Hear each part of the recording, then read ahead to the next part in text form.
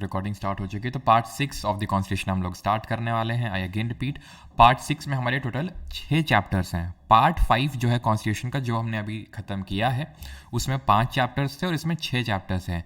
किस चैप्टर में क्या क्या लिखा हुआ वो जान लेते हैं। आई अगेन रिपीट, चैप्टर और पार्ट में डिफरेंस होता है। जैसे ये बड़ा सा पार्ट है और इसको हमने कुछ सेक्शंस में डिवाइड कर दिया, जिसको हम चैप्टर बोल रहे हैं। इसके अंदर आर्टिकल्स में, अनुच्छेदों में चीज़ें लिखी हुई हैं। जैसे कि चलो हम एक बार रिकॉल करते हैं। अब ये जो पार्ट 6 है ना, ये आपको पार्ट 5 को रिवाइज भी करवा देगा, बिकॉज पार्ट 6 में शायद ही, मतलब ऐसा नहीं कि कुछ नया नहीं है, कुछ मतलब बहुत ही थोड़ा सा चीज़ें नई हैं, बाकी सब कुछ आप ये समझ लो चैप्टर 3 के बाद तो पूरा कॉपी पेस्ट है, पूरा कॉपी पेस्ट है पार्ट 5। बस थोड़े से इधर उधर चेंजेस है तो आपका रिविजन भी हो जाएगा। ठीक है, तो पार्ट 5 में हमने पांच चैप्टर्स में डिवाइड किया था। ठीक है, और इस बार मैं आपको काफ़ी अच्छे से पढ़ा रहा हूँ इस चीज़ को। मतलब पिछली बार जो है सिर्फ मैंने इन शॉर्ट ही पढ़ा दिया था, लेकिन इस बार अलग से मैं आपको पढ़ा रहा हूँ। ठीक है, तो हो सकता है जो हैंड रिटन नोट्स हैं जिन लोगों ने ले रखे हैं उसमें कुछ डिफरेंस आपको देखने को मिले, तो उसी हिसाब से आपने एड ऑन्स कर लीजिएगा। बाकी तो चीज़ें सेम ही रहेंगी ऑलमोस्ट। ठीक है, डीप पे नहीं घुसने वाले हैं, बिकॉज पार्ट 5 में इसीलिए हमने डीप में सारी चीज़ें देख चुके हैं। तो पार्ट 1 में हमने देखा था, सॉरी चैप्टर 1 में देखा था पार्ट 5 के, कि इसमें यूनियन एग्जीक्यूटिव के बारे में दिया हुआ है। ठीक है, ये देखा था। देन पार्ट 2 में पार्लियामेंट के बारे में दिया हुआ, ये देखा था। देन पार्ट 3 में ऑर्डिनेंस यानी कि अध्यादेश के बारे में दिया हुआ, ये देखा था। इसमें सुप्रीम कोर्ट, जो कि अभी देखा नहीं, और इसमें कैग। तो हमने एक्चुअल में पार्ट 5 के चैप्टर 4 और 5 को अभी तक नहीं पढ़ा है ना। हमने सिर्फ शुरू के 3 चैप्टर पढ़े हैं, और जो यूनियन एग्जीक्यूटिव है आर्टिकल नंबर 52 से लेकर 78 तक है। ठीक है, 52 से लेकर 78 तक दिया हुआ है। किसमें एक चीज़ और याद दिला देना मुझे, ठीक है, थोड़ा सा गजनी टाइप हो चुका हूँ मैं आजकल, तुरंत भूल जाता हूँ। मुझे पेन की निब चेंज करनी है। ठीक है, लास्ट में याद दिला देना। ठीक है, पार्लियामेंट की अगर बात करेंगे तो आर्टिकल नंबर 79 से लेकर 122 के बीच में दिया हुआ है, और ऑर्डिनेंस की बात करेंगे तो सिर्फ एक आर्टिकल है 123। ठीक है, तो इसी तरह इन 6 चैप्टर्स को देखते हैं किस चैप्टर में क्या है। तो इसमें सिर्फ एक आर्टिकल है, आर्टिकल 152। इसमें ये बात करता है 153 से लेकर 167, और यही है आपका स्टेट का एग्जीक्यूटिव जो राज्य की कार्यपालिका है, वो बात करता है ये चैप्टर 2। चैप्टर 3 किसकी बात करता होगा? तो चैप्टर 3 यहाँ का जो स्टेट लेजिस्लेचर है, राज्य का विधानमंडल। अब जैसे हम यूनियन के लिए पार्लियामेंट बोलते हैं ना, तो वैसे ही शब्द हम यूज करते हैं स्टेट के लिए, स्टेट का लेजिस्लेचर, राज्य का विधानमंडल। ठीक है, देन चैप्टर 4 में क्या आएगा? जैसे चैप्टर यहाँ पर 3 आ रहा था ना, ऑर्डिनेंस, पार्लियामेंट के बाद ऑर्डिनेंस आ रहा था, तो यहाँ पर स्टेट लेजिस्लेचर के बाद ऑर्डिनेंस आएगा। किसका आएगा? गवर्नर का आएगा। ये किस आर्टिकल से होगा? तो ये 168 से लेकर 212 तक, और इसका सिर्फ एक ही आर्टिकल होगा 213। जैसे वहां पर ऑर्डिनेंस का एक आर्टिकल था, वहां पर ऑर्डिनेंस के बाद सुप्रीम कोर्ट आ रहा है, तो यहाँ पर क्या आ जाएगा? हाई कोर्ट आ जाएगा। और यहाँ पर चैप्टर 6 में अगर हम बात करेंगे तो सब ऑर्डिनेट कोर्ट आ जाती हैं। ठीक है, अब यहाँ पर जो हम करने वाले हैं आज, वो टिल ऑर्डिनेंस करेंगे। हाई कोर्ट, सब ऑर्डिनेट कोर्ट, सुप्रीम कोर्ट कल के लेक्चर में सारा कुछ हम देखेंगे। ठीक है, तो सबसे पहले तो मैं आपको आर्टिकल 152 बता देता हूँ, बिकॉज इसमें ऐसा खासा हमें पढ़ना नहीं है, कुछ दिया भी नहीं हुआ है ज़्यादा ऐसा। बस 152 में यहाँ पर जो लिखा हुआ है, इस आर्टिकल में ये लिखा हुआ है कि इस पूरे पार्ट 6 में स्टेट में जम्मू और कश्मीर को इंक्लूड मत करिएगा, ये लिखा हुआ है। आर्टिकल 152 में ये लिखा हुआ है कि हर जगह जहां पर भी स्टेट स्टेट स्टेट स्टेट शब्द आएगा, पहली बात तो इस पार्ट 6 में जो स्टेट का मतलब है वो पार्ट 3 और पार्ट नंबर 4 यानी फंडामेंटल राइट और डीपीएसपी यानी आर्टिकल 12 और आर्टिकल 36 में जो स्टेट की डेफिनेशन दी हुई है उससे अलग है। वहाँ स्टेट का मीनिंग बहुत ब्रॉड था, जिसमें कि सेंटर की गवर्नमेंट, स्टेट की गवर्नमेंट, पार्लियामेंट, स्टेट लेजिस्लेचर, जितनी भी हमारी लोकल बॉडीज़ हैं वो आ जाएंगे, जितनी भी हमारी स्टेट के मतलब गवर्नमेंट अथॉरिटीज़ हैं, ओएनजीसी, एलआईसी, ये सब, वो सब आ जाती हैं। स्टेट का यहाँ पर मतलब है यूपी, एमपी, ये सब जो हमारे 28 राज्य हैं भारत में, उनकी बात हो रही है। ठीक है, तो इसमें जम्मू एंड कश्मीर इंक्लूड नहीं है, और वैसे भी अब जम्मू कश्मीर तो स्टेट ही नहीं रहा। ठीक है, तो बस इसमें ये लिखा हुआ है, मतलब चैप्टर 1 इज जनरल, इसको बोलते हैं जनरल। जैसे इसको स्टेट एग्जीक्यूटिव बोलते हैं, इसको स्टेट लेजिस्लेचर बोलते हैं, इसको ऑर्डिनेंस बोलते हैं, वैसे इसको जनरल लिखा हुआ है यहाँ पे, जनरल। ठीक है, तो स्टार्ट कहाँ से करने वाले? स्टेट एग्जीक्यूटिव से। अब रिकॉल करिए कि यूनियन एग्जीक्यूटिव का पार्ट कौन कौन थे, तो उसी से जरा मुझे बता दीजिए स्टेट एग्जीक्यूटिव का पार्ट कौन कौन होगा। मैं आपका कमेंट का वेट कर रहा हूँ क्योंकि मैं पढ़ा चुका हूँ। ठीक है, जल्दी से बताइए। कश्मीर का कोई है स्टूडेंट? शकीनात नुसरत जी पूछ रही हैं। आई थिंक आप कश्मीर से हो। हाँ, काफ़ी लोग हैं। ये सर सब समझ आ रहा है। ओके, ठीक है, वॉइस प्रॉपर है। ओके, बताओ जल्दी से, स्टेट एग्जीक्यूटिव में किस किस को रखोगे यार आप? हाँ, यूनियन एग्जीक्यूटिव में हमने किसको रखा था? यहाँ पर हमने रखा था प्रेसिडेंट को, पीएम को, काउंसिल ऑफ मिनिस्टर को एंड अटॉर्नी जनरल को। इन सबको लिखा रखा था। और एक और तो थे, वाइस प्रेसिडेंट। ठीक है, तो यहाँ पर वाइस प्रेसिडेंट कर लेते हैं। तो ये प्रेसिडेंट, वाइस प्रेसिडेंट और पीएम, काउंसिल ऑफ मिनिस्टर। तो यहाँ पर स्टेट एग्जीक्यूटिव का पार्ट कौन हो जाएगा? अभी जैसे यहाँ पर, वहाँ पर, एक सेकंड रुको, ध्यान रखना अब एक चीज़, एंड दैट इज़ कि जैसे हमारा सेंटर में, यहाँ पर लिख देता हूँ पार्ट 5 में और यहाँ पार्ट 6। ठीक है, तो जैसे यहाँ पार्ट 5 में होता है प्रेसिडेंट, तो ऐसे वैसे यहाँ पर कौन होगा प्रेसिडेंट की तरह? गवर्नर यानी कि राज्यपाल। जैसे वहाँ पर होता है प्रधानमंत्री, तो वैसे यहाँ पर होगा मुख्यमंत्री, चीफ मिनिस्टर। जैसे वहाँ पर काउंसिल ऑफ मिनिस्टर होता है, मतलब मंत्री परिषद होता है, वैसे यहाँ पर भी मंत्री परिषद होगा। जैसे वहाँ पर अटॉर्नी जनरल होता है, अटॉर्नी जनरल होता है, महान्यायवादी होता है, यहाँ पर एडवोकेट जनरल होता है। एक डिफरेंस बताओ, एक डिफरेंस बताओ जो पार्ट 5 में तो होता है लेकिन पार्ट 6 में नहीं होता यूनियन एग्जीक्यूटिव की जब बात करते हैं तो वो कौन है? बताइए जल्दी से।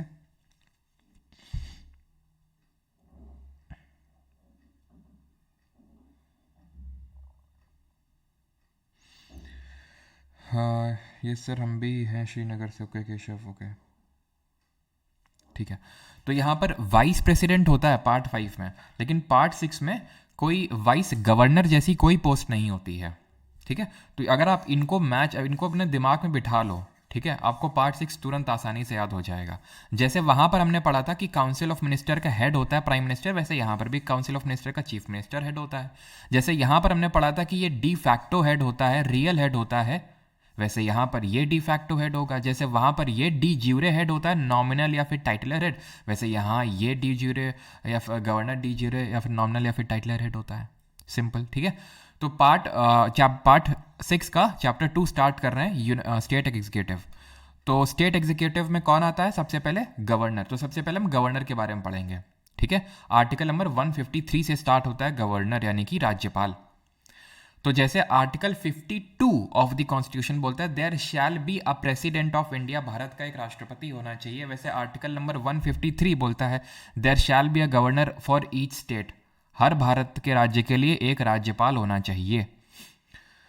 153 एज सिंपल एज दैट। पहला आर्टिकल तो उस ऑफिस के स्टैब्लिशमेंट की ही बात करेगा। ये भाई किस चीज़ की बॉटल रखी है, पानी की तो नहीं लग रही है। 154 executive power of the state. Executive power of the state will be, जैसे वहाँ पर अब कुछ अंतर है ही नहीं।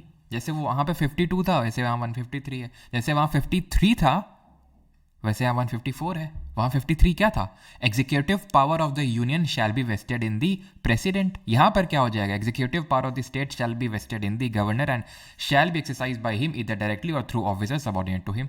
कुछ चेंज है तो वो प्रेसिडेंट की जगह गवर्नर है। इसके अलावा कुछ एक शब्द भी इधर से उधर नहीं है, मतलब यहाँ पर यूनियन का स्टेट हो गया है और यहाँ पर प्रेसिडेंट की जगह गवर्नर, कुछ एक शब्द भी इधर से उधर नहीं है।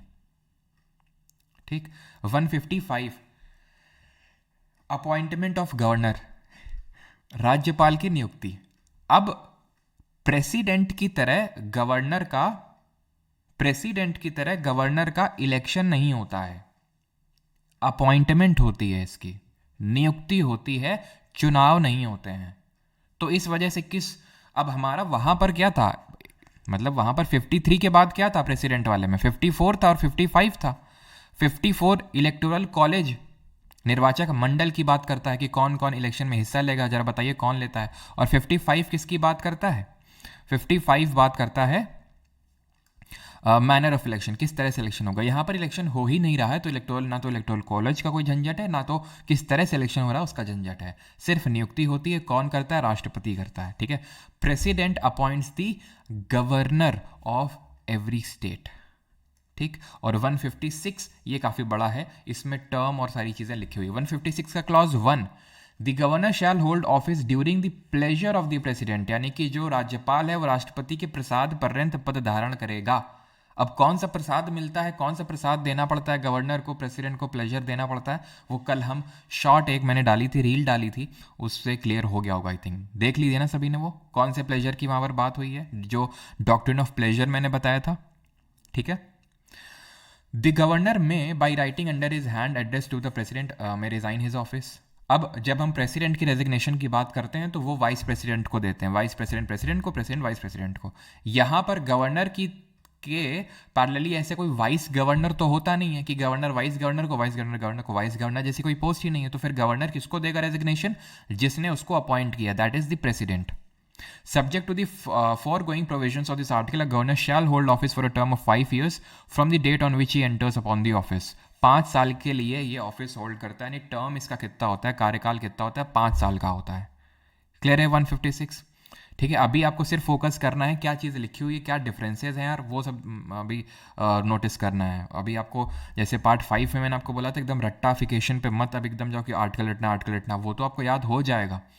ठीक है, थोड़ा बहुत ट्रिक से, थोड़ा बहुत जब हम बार बार क्वेश्चंस करेंगे तो उससे हो जाएंगे। जैसे पार्ट 5 में हम लोगों ने ढेरों क्वेश्चंस किए, आई थिंक हम लोगों ने सारे मिला के आई थिंक कितने 90 प्लस क्वेश्चंस किए होंगे, है ना। कल भी किए थे, आई थिंक 50 एसएससी वाले थे और 40 प्लस थे कि कितने थे मुझे एग्जैक्टली याद नहीं, 40 प्लस तो फॉर श्योर ही थे वो यूपीएससी वाले। ठीक है, तो 90 प्लस तक उन्होंने क्वेश्चन किए थे, तो उससे आपको काफ़ी सारे आर्टिकल तो ऐसे याद हो गए होंगे। ठीक है, तो आपको अभी मतलब एकदम उस पर नहीं जाना है कि भाई नहीं याद करना, रटना है।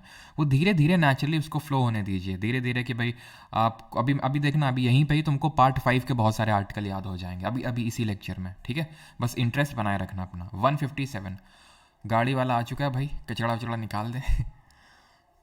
Qualification for appointment as governor, तो यहाँ पर क्वालिफिकेशंस क्या होनी चाहिए, no person shall be eligible for appointment as governor unless he is a citizen of India has completed age of 35 years. वहाँ पर क्या क्वालिफिकेशन, किस आर्टिकल में क्वालिफिकेशन दी हुई थी, रिकॉल करिए जल्दी से, तो ऐसे ही याद हो जाएगा हमको। ऐसे कुछ याद किया था, प्रेम, हाँ, ट्रैकिंग पे चलना है सो कम इन टाइम, तो प्रेसिडेंट है ना, 52 प्रेसिडेंट, 53 यानी 53 एग्जीक्यूटिव, मतलब जो एग्जीक्यूटिव पावर यूनियन की वो प्रेसिडेंट पे वेस्ट करेगी। Electoral college 54, manner of election 55, term 56। यहाँ पर क्या है, टर्म 156। ठीक है, वहाँ पर ये एलिजिबिलिटी फॉर री इलेक्शन थी, यहाँ पर ऐसा कोई आर्टिकल नहीं है जो एलिजिबिलिटी फॉर री इलेक्शन ऑफ गवर्नर की बात करता है। क्वालिफिकेशन किस में था, 58 में था, ये 56, 57, 58, यहाँ किस में है, 157 में, तो आसी पास है, मतलब कि आसी पास है। जैसे ये 58 में था तो 1 एक यहाँ जोड़ो, एक घटा दो। ये अभी तक क्या था, 52 में प्रेसिडेंट था, 153 में गवर्नर है, तो भाई यहाँ पे एक जोड़ो और एक यहाँ पर जोड़ दो, समझ रहे हो, एक लगा और एक जोड़ दो तो 153। मतलब तरीके हैं याद करने के, अपने दिमाग में मेंटल फ्रेमवर्क, मेंटल मॉडल इस तरह से बना सकते हो कि जैसे 53 में बोलता है कि executive power of union shall vest in president, तो इसमें एक जोड़ो यहाँ पर और एक जोड़ो यहाँ पर, तो ये 154 बन गया। तो ये बोलता है कि executive power of state shall vest in governor. ठीक है, लेकिन इसके बाद क्या हो जाएगा, आपको एक एक जोड़ना पड़ेगा या सॉरी घटाना पड़ेगा, तो उस तरह से थोड़ा सा आप बना सकते हैं अपने हिसाब से। जैसे कि क्वालिफिकेशन वहाँ पर लिखी हुई है आर्टिकल 58 में, तो एक जोड़ो और एक घटा दो तो 157 हो जाएगा। क्लियर है इतनी चीज़? लगता है मेरे यहाँ कोई कचड़ा दे नहीं रहा है। मम्मी लगता है पूजा वूजा कर रही हैं, तभी गेट वेट जो है खटखटाया जा रहा है। कोई नहीं, चला जाएगा बेचारा। Qualification for appointment as governor. No person shall be eligible for appointment as governor unless he is a citizen of India has completed the age of 35 years. तो 35 साल की जो उम्र है ये पूरी हो जानी चाहिए। जैसे कि प्रेसिडेंट के लिए होता है, वाइस प्रेसिडेंट के लिए होता है 35 साल, है ना, 35, तो वैसे गवर्नर के लिए भी होता है 35 साल। कंडीशन ऑफ गवर्नर्स ऑफिस, तो वहाँ पर आर्टिकल 59 में था प्रेसिडेंट का कंडीशन ऑफ ऑफिस, है ना। यहाँ पर गवर्नर के लिए 158 में क्या कंडीशन ऑफ ऑफिस था वहाँ पर, तो वहाँ पर ये था कि भैया देखो ऑफिस ऑफ प्रॉफिट ना होना चाहिए तुम्हारे पास, और तुम, ठीक है, shall not be a member of either house of parliament, any house of parliament और स्टेट लेजिस्लेचर, और अगर ऐसा है, if so you must vacate your seat before entering upon the office. Same था प्रेसिडेंट के लिए, वही सेम गवर्नर के लिए कि आप एमपी या फिर एमएलए मत हो। ठीक है, तो एमपी एमएलए मत हो, ठीक है, अगर हो राज्यपाल के लिए अगर नियुक्ति हो गई तुम्हारी तो तुम उससे पहले रिजाइन कर दो। ऑफिस ऑफ प्रॉफिट लाभ का पद धारण ना करते हुए हो।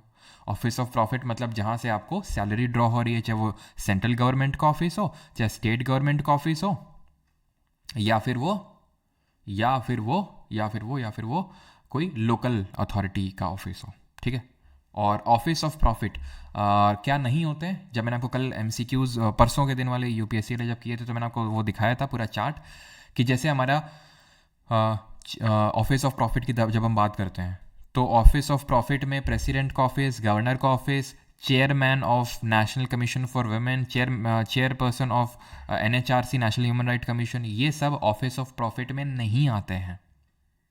ठीक है, प्रेसिडेंट का ऑफिस, गवर्नर का ऑफिस, चाहे आपका chairperson of human right commission, commission for women, इन सब के ऑफिस को ऑफिस ऑफ प्रॉफिट लाभ का पद नहीं माना जाता है। ये किसी कॉन्स्टिट्यूशन में नहीं लिखा हुआ है, ये एक एक्ट आया था सेपरेट, उसमें पार्लियामेंट ने बोला इनको ऑफिस ऑफ प्रॉफिट डील नहीं किया जाएगा। Governor shall be entitled without the payment of rent to the use of his official residence and shall be also entitled to such emoluments, allowances and privileges as may be determined by parliament by law. इसमें याद क्या करना है, इसमें घुमा फिरा के हमें ये याद करना है कि इनका वेतन भत्ता पैसा कितना मिलेगा वो संसद डिसाइड करेगी, पार्लियामेंट डिसाइड करेगी। अब होता क्या है, आगे पढ़ाते हैं आपको। Where the same person is appointed as governor of two or more state, the emolument और allowance payable to the governor shall be allotted among the state in such proportion as president may order determine.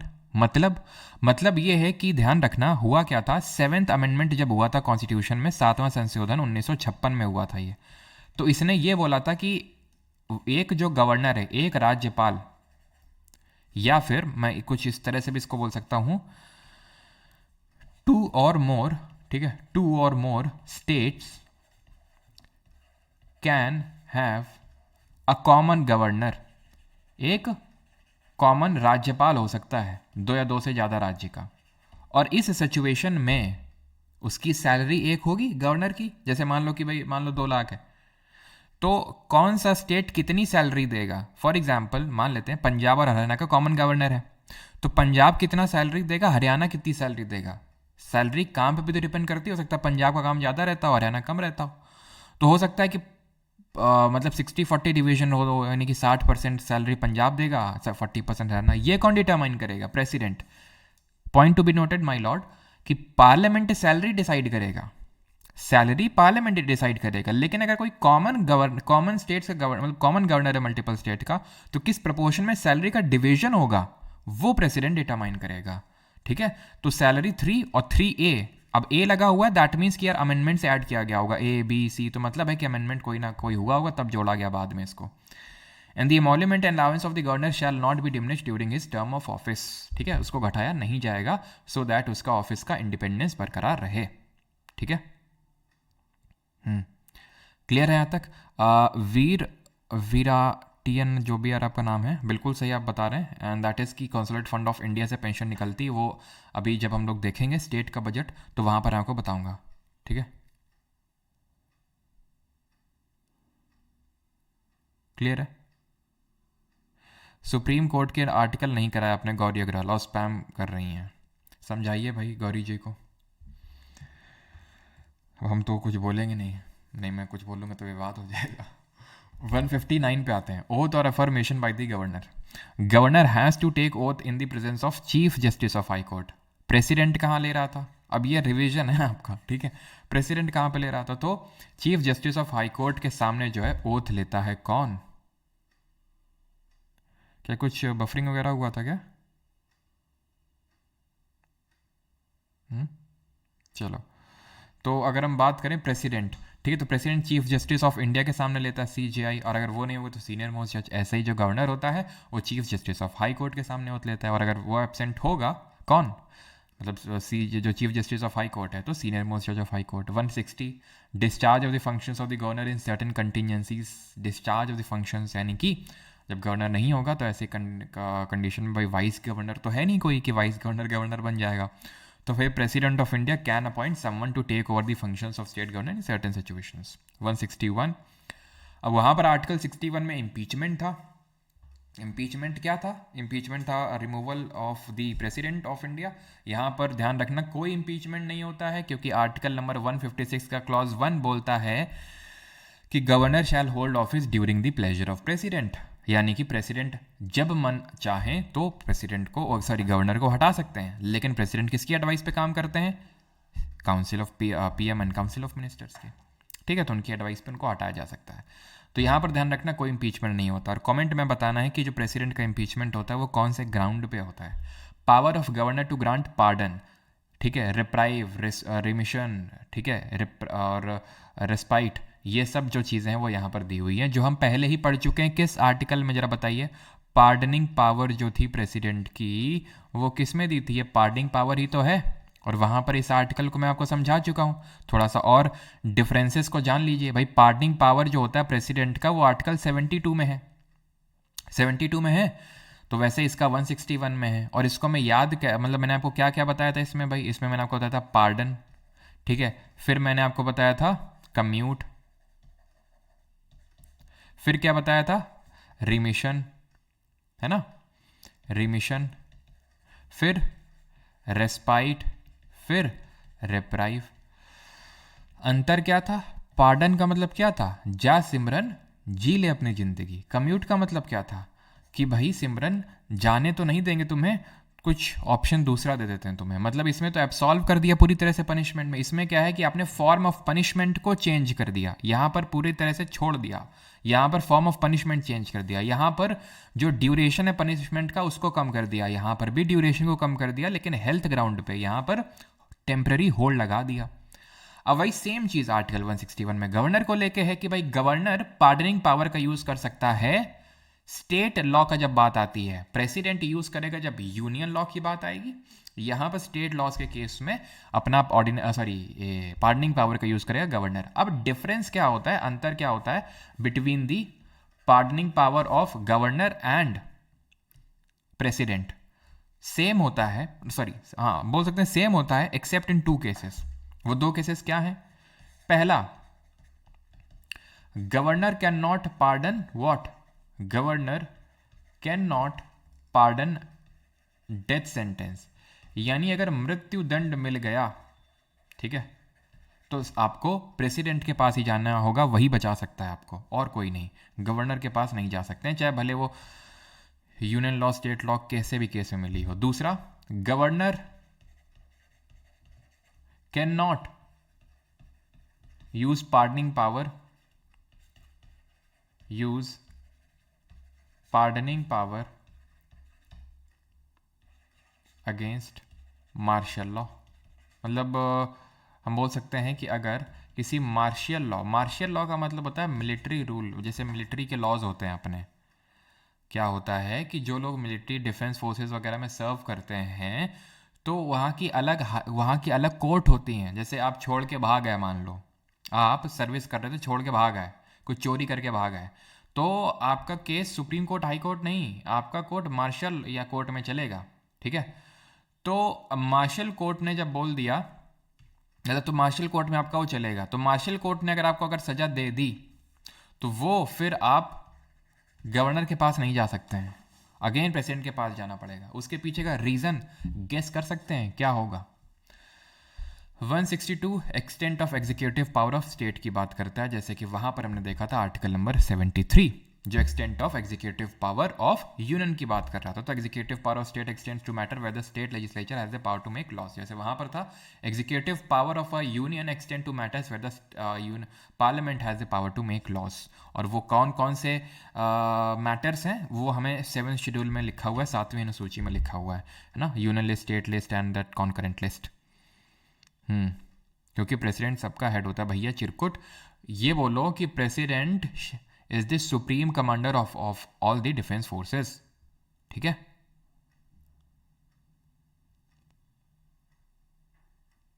Yes, supreme commander प्राशिक सही है।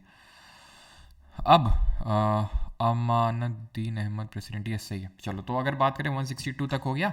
अब यहां से हमारा start होगा क्या? CM और काउंसिल ऑफ मिनिस्टर हैं अभी भी स्टेट एग्जीक्यूटिव में ही, लेकिन स्टेट एग्जीक्यूटिव में कौन कौन होता है?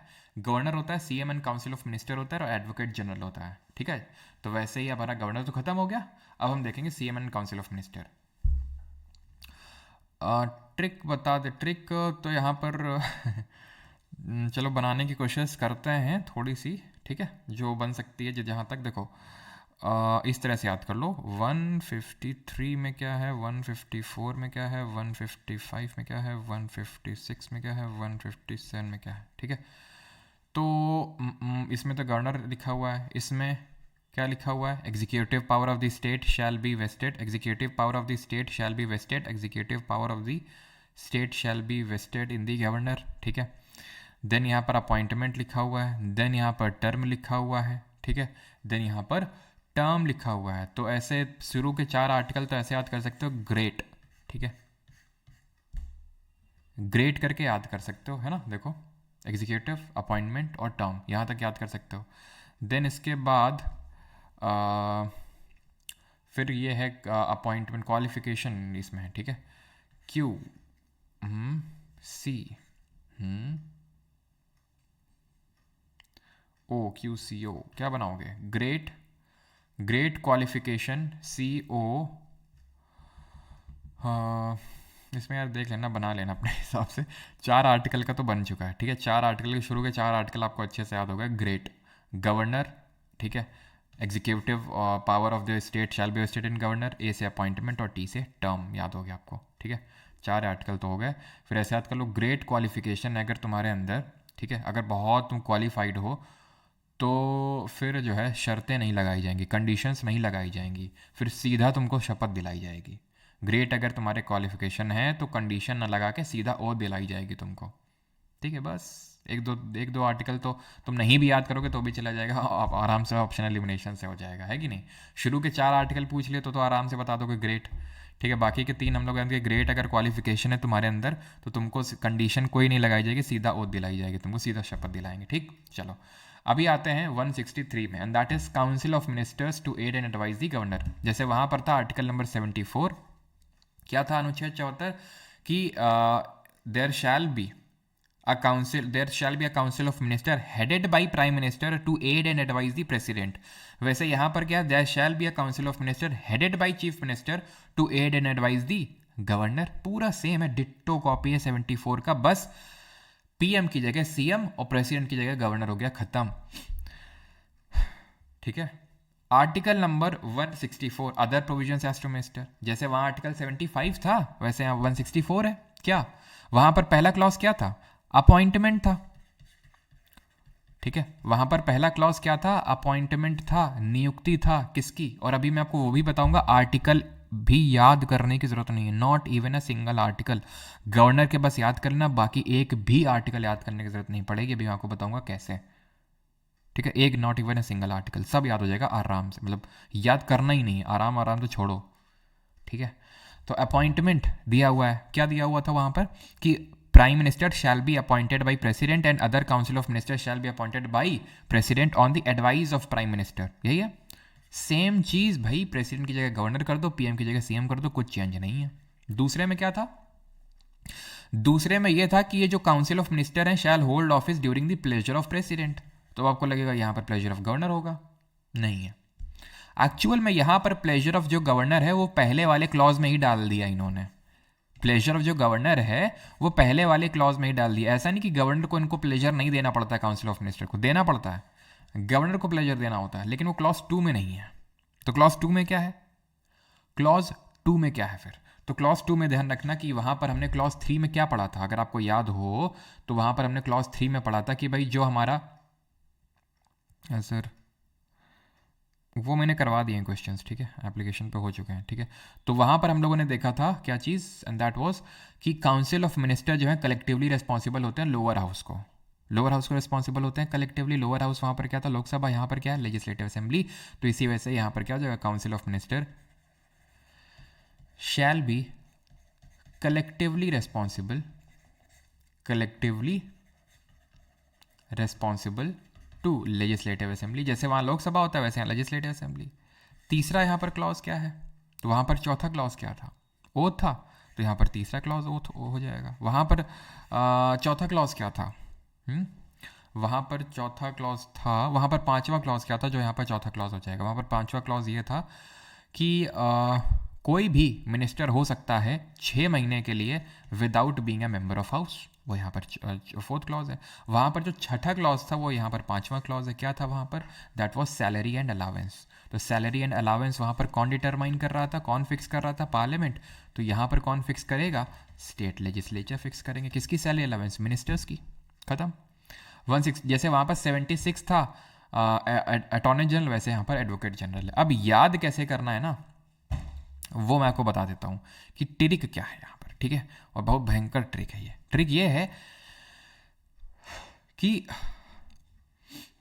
इसके बाद जैसे ही आपका ये गवर्नर खत्म हो, ठीक है, गवर्नर खत्म होता है जैसे आपका, उसके बाद आप हर आर्टिकल में 89 जोड़ दो।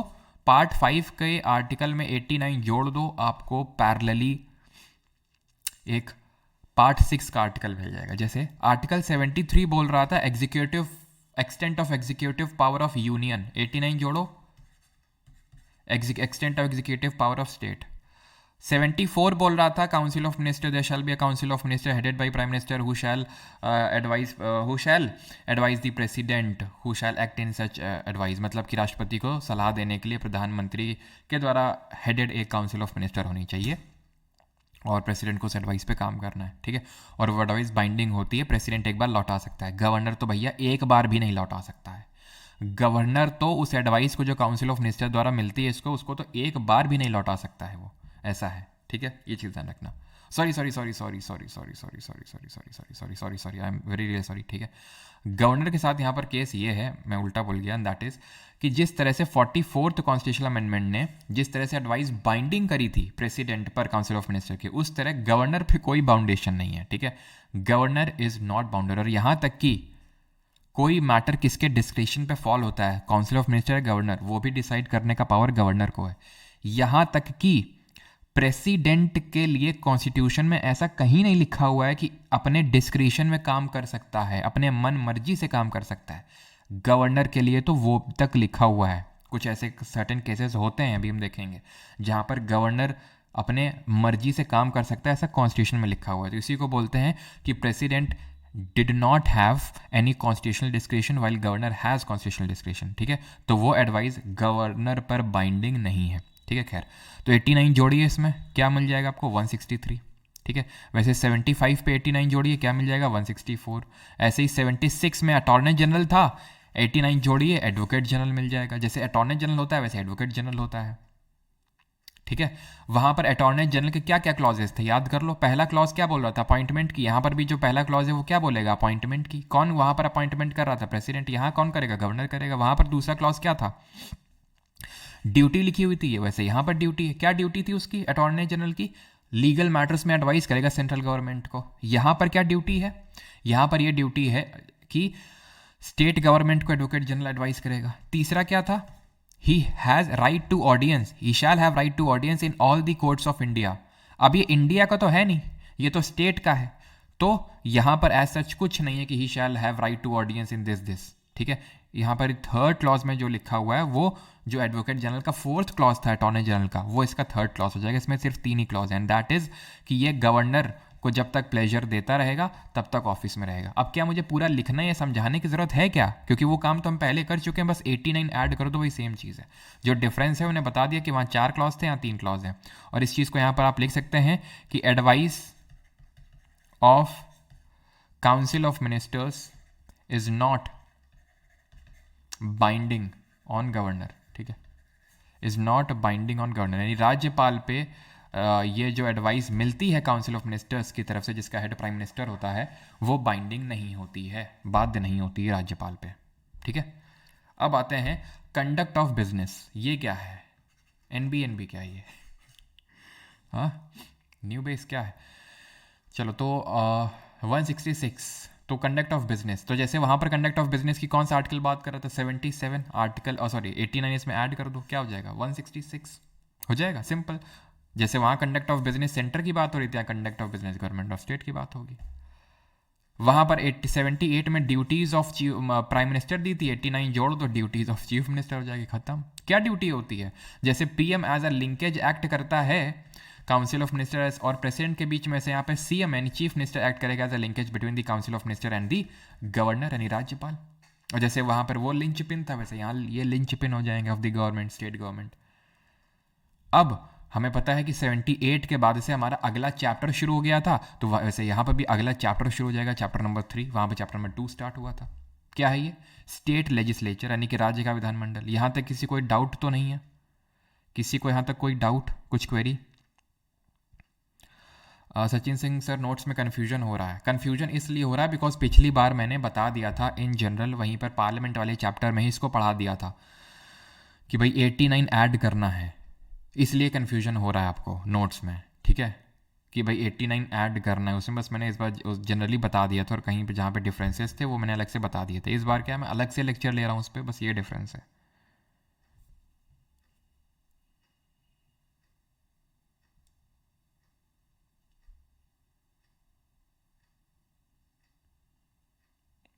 Sir is this that pleasure? No, this is not that pleasure. Sir आपकी बुक कंफ्यूज, अरे भाई पुष्कर जी बता दिया मैंने, ठीक है, कि पिछली बार मैंने उसको वहीं पे करवा दिया था पार्लियामेंट, इस बार मैं अलग से उस पर लेक्चर ले रहा हूँ पार्ट 6 पे, इसलिए। सर अगर एडवाइस पे काम करेगा तो इनके बीच डिस्प्यूट क्यों अराइज होते हैं? किसके बीच डिस्प्यूट अराइज होते हैं ललित जी? गवर्नर और इन लोगों के, मतलब इनके बीच में ना डिस्प्यूट इसीलिए अराइज होते हैं क्योंकि गवर्नर पे एडवाइस बाइंडिंग नहीं है। वहाँ पर तो बाइंडिंग होती। तुमने कभी सुना है प्रेसिडेंट और प्राइम मिनिस्टर और उनकी काउंसिल ऑफ मिनिस्टर के बीच में कभी डिस्प्यूट हुआ? नहीं, ये गवर्नर और इनके बीच में होता है, सीएम और काउंसिल ऑफ मिनिस्टर, क्योंकि एडवाइस बाइंडिंग नहीं होती गवर्नर पे, इसलिए, ठीक है।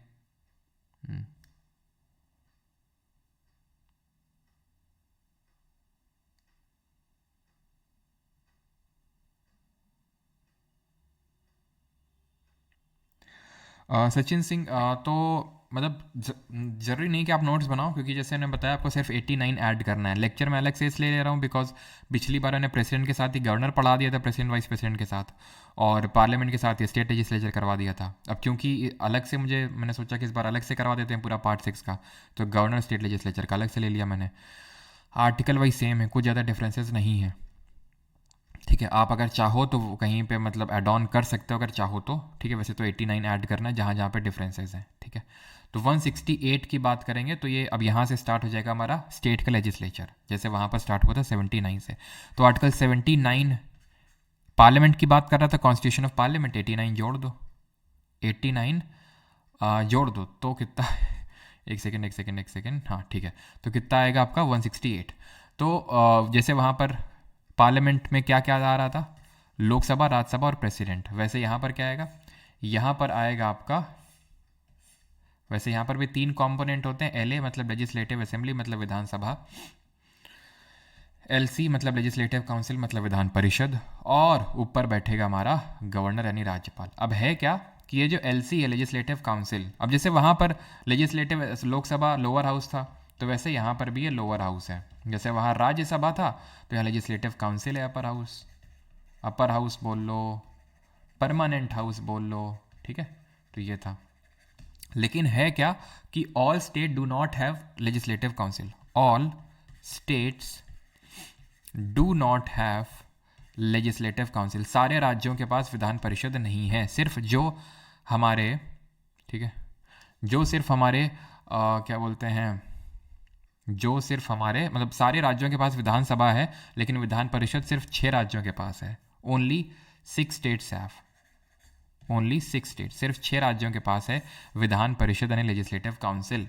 अब सिर्फ 6 ही को के पास क्यों है, सबके पास क्यों नहीं है? 6 ऐसे स्पेशल क्यों हैं? 6 कौन है ये? 6 ये राज्य लिखे हुए हैं, इनको हम याद करते हैं ऐसे कबूतम से, कबूतम, ठीक है, कबूतम से याद करते हैं। के से कर्नाटक है, ठीक है, ए से आंध्रा है, बी से बिहार है, यू से उत्तर प्रदेश है, टी से तमिलनाडु नहीं है, तमिलनाडु में पहले होती थी लेकिन अभी नहीं है, ठीक है, 2011 से नहीं है, तेलंगाना, और ये है महाराष्ट्र। क्लियर है? तो कबूतम याद करना है इन 6 राज्यों में। बाकी राज्यों में क्यों नहीं, इन्हें में क्यों? क्योंकि इनमें एडमिनिस्ट्रेशन यानी कि प्रशासन का काम ज़्यादा है, इसलिए। और ऐसा नहीं है, देखो अभी पूरा आपको प्रोसीजर अभी आपको पता चलेगा कि लेजिस्लेटिव असेंबली लेजिस्लेटिव काउंसिल को क्रिएट करना और उसको अबॉलिश करने का कैसा क्या सिस्टम होता है, तो आपको सारा चीज़ क्लियर हो जाएगा। तो जिन राज्यों में ज़्यादा एडमिनिस्ट्रेटिव बर्डन होता है तो इसलिए एक दूसरा हाउस बना दिया जाता है वहाँ पे। Constitution of legislature, तो where there is two houses, one shall be called as legislative council and other legislative assembly, वही सब ठीक देख चुके हैं, ठीक है। हाँ, 169 में दिया हुआ है अगले आर्टिकल में, एबॉलिशन और creation of legislative council in state.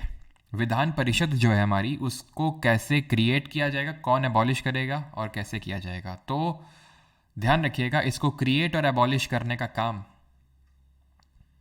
देश की पार्लियामेंट करती है, संसद करती है। पार्लियामेंट कैन क्रिएट, एबॉलिश और legislative the council of state, legislative council of the state after passing a resolution from the legislative assembly. देखो इसका पूरा प्रोसीजर समझो। अगर किसी भी राज्य को विधान परिषद चाहिए, लेजिस्लेटिव काउंसिल चाहिए, तो वो क्रिएट या अबॉलिश कर सकता है सिर्फ और सिर्फ देश का पार्लियामेंट ही, ठीक। लेकिन कब और वो भी कैसे? साधारण बहुमत से, सिंपल मेजॉरिटी से, जिसका मतलब पहले ही बता चुका हूं।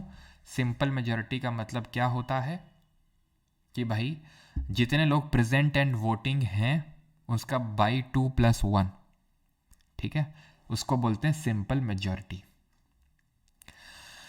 पार्लियामेंट तो कर सकता है, लेकिन कब करेगा? जब उस राज्य की विधानसभा, लेजिस्लेटिव असेंबली बोलेगी पार्लियामेंट को, तब। और कैसे बोलेगी? माइक लगा के? वहां के जब लेजिस्लेटिव असेंबली एक रेजोल्यूशन पास करेगी स्पेशल मेजॉरिटी से, मतलब इनको स्पेशल मेजॉरिटी, विशेष बहुमत से पास करना है अपनी विधानसभा में, जिसका मतलब होता है क्या? इसका मतलब होता है मेजॉरिटी, ठीक है। ये थोड़ा कंफ्यूजिंग लग सकता है आपको, तो इसको मत पढ़ो, जो मैंने आपको समझा रहा हूँ उससे पढ़ो, ठीक है। Majority of total membership of the assembly. Total membership है, मान लो असेंबली की, मान लेते हैं कि 350 की, ठीक है, 350 की। हर राज्य की जो विधानसभा है उसमें अलग अलग नंबर ऑफ हैं। जैसे यूपी में बात करें 403 है, ऐसे करके, ठीक है। तो मान लेते हैं 350 है। तो टोटल मेंबरशिप यानी इतने लोग हैं, फिर हम ले लेते हैं यूपी का केस, 403 है, तो इसका बाई 2+1, ठीक, प्लस 2 या फिर ऐसे कर लो 2/3 प्रेजेंट एंड वोटिंग। इसका मतलब ये होता है सर कि ये कर लो, या फिर 2/3 प्रेजेंट एंड वोटिंग। जो नंबर बड़ा आएगा वो नंबर कंसीडर करके उतने लोगों की मेजॉरिटी से उस रेजोल्यूशन को पास करना, उसको स्पेशल मेजॉरिटी बोलते हैं। और अगर पास हो गया तो पार्लियामेंट को पावर मिल जाती है कि वो लेजिस्लेटिव काउंसिल क्रिएट कर सकता है, उसको सिंपल मेजॉरिटी लगती है। अब जहां सिंपल मेजॉरिटी का मतलब होता है कि उसके लिए कॉन्स्टिट्यूशन में, संविधान में संशोधन करने की आवश्यकता, यानी कि नीड नहीं होती है। और जब हम कॉन्स्टिट्यूशन में अमेंडमेंट नहीं कर रहे हैं तो आर्टिकल 368 के तहत कोई भी अमेंडमेंट नहीं माना जाएगा। अब वैसे तो अमेंडमेंट मैंने आपको पढ़ाया नहीं अभी, लेकिन कल के लेक्चर में पढ़ाता हूँ मैं, ठीक है। ऐसा करते हैं कि कल के लेक्चर में आपको ये सारी चीज़ें क्या करते हैं, कल के लेक्चर में हम लोग क्या है कि कोर्ट स्टार्ट नहीं करेंगे। कल के लेक्चर में हम लोग स्टार्ट करेंगे, अमेंडमेंट कर लेंगे, पार्लियामेंट की कमिटीज़ कर लेंगे, और अमेंडमेंट, पार्लियामेंट्री कमिटीज़, और जो इमरजेंसी है वो कल कर लेंगे हम लोग, ठीक है। तो कल अमेंडमेंट भी आप समझ जाएंगे।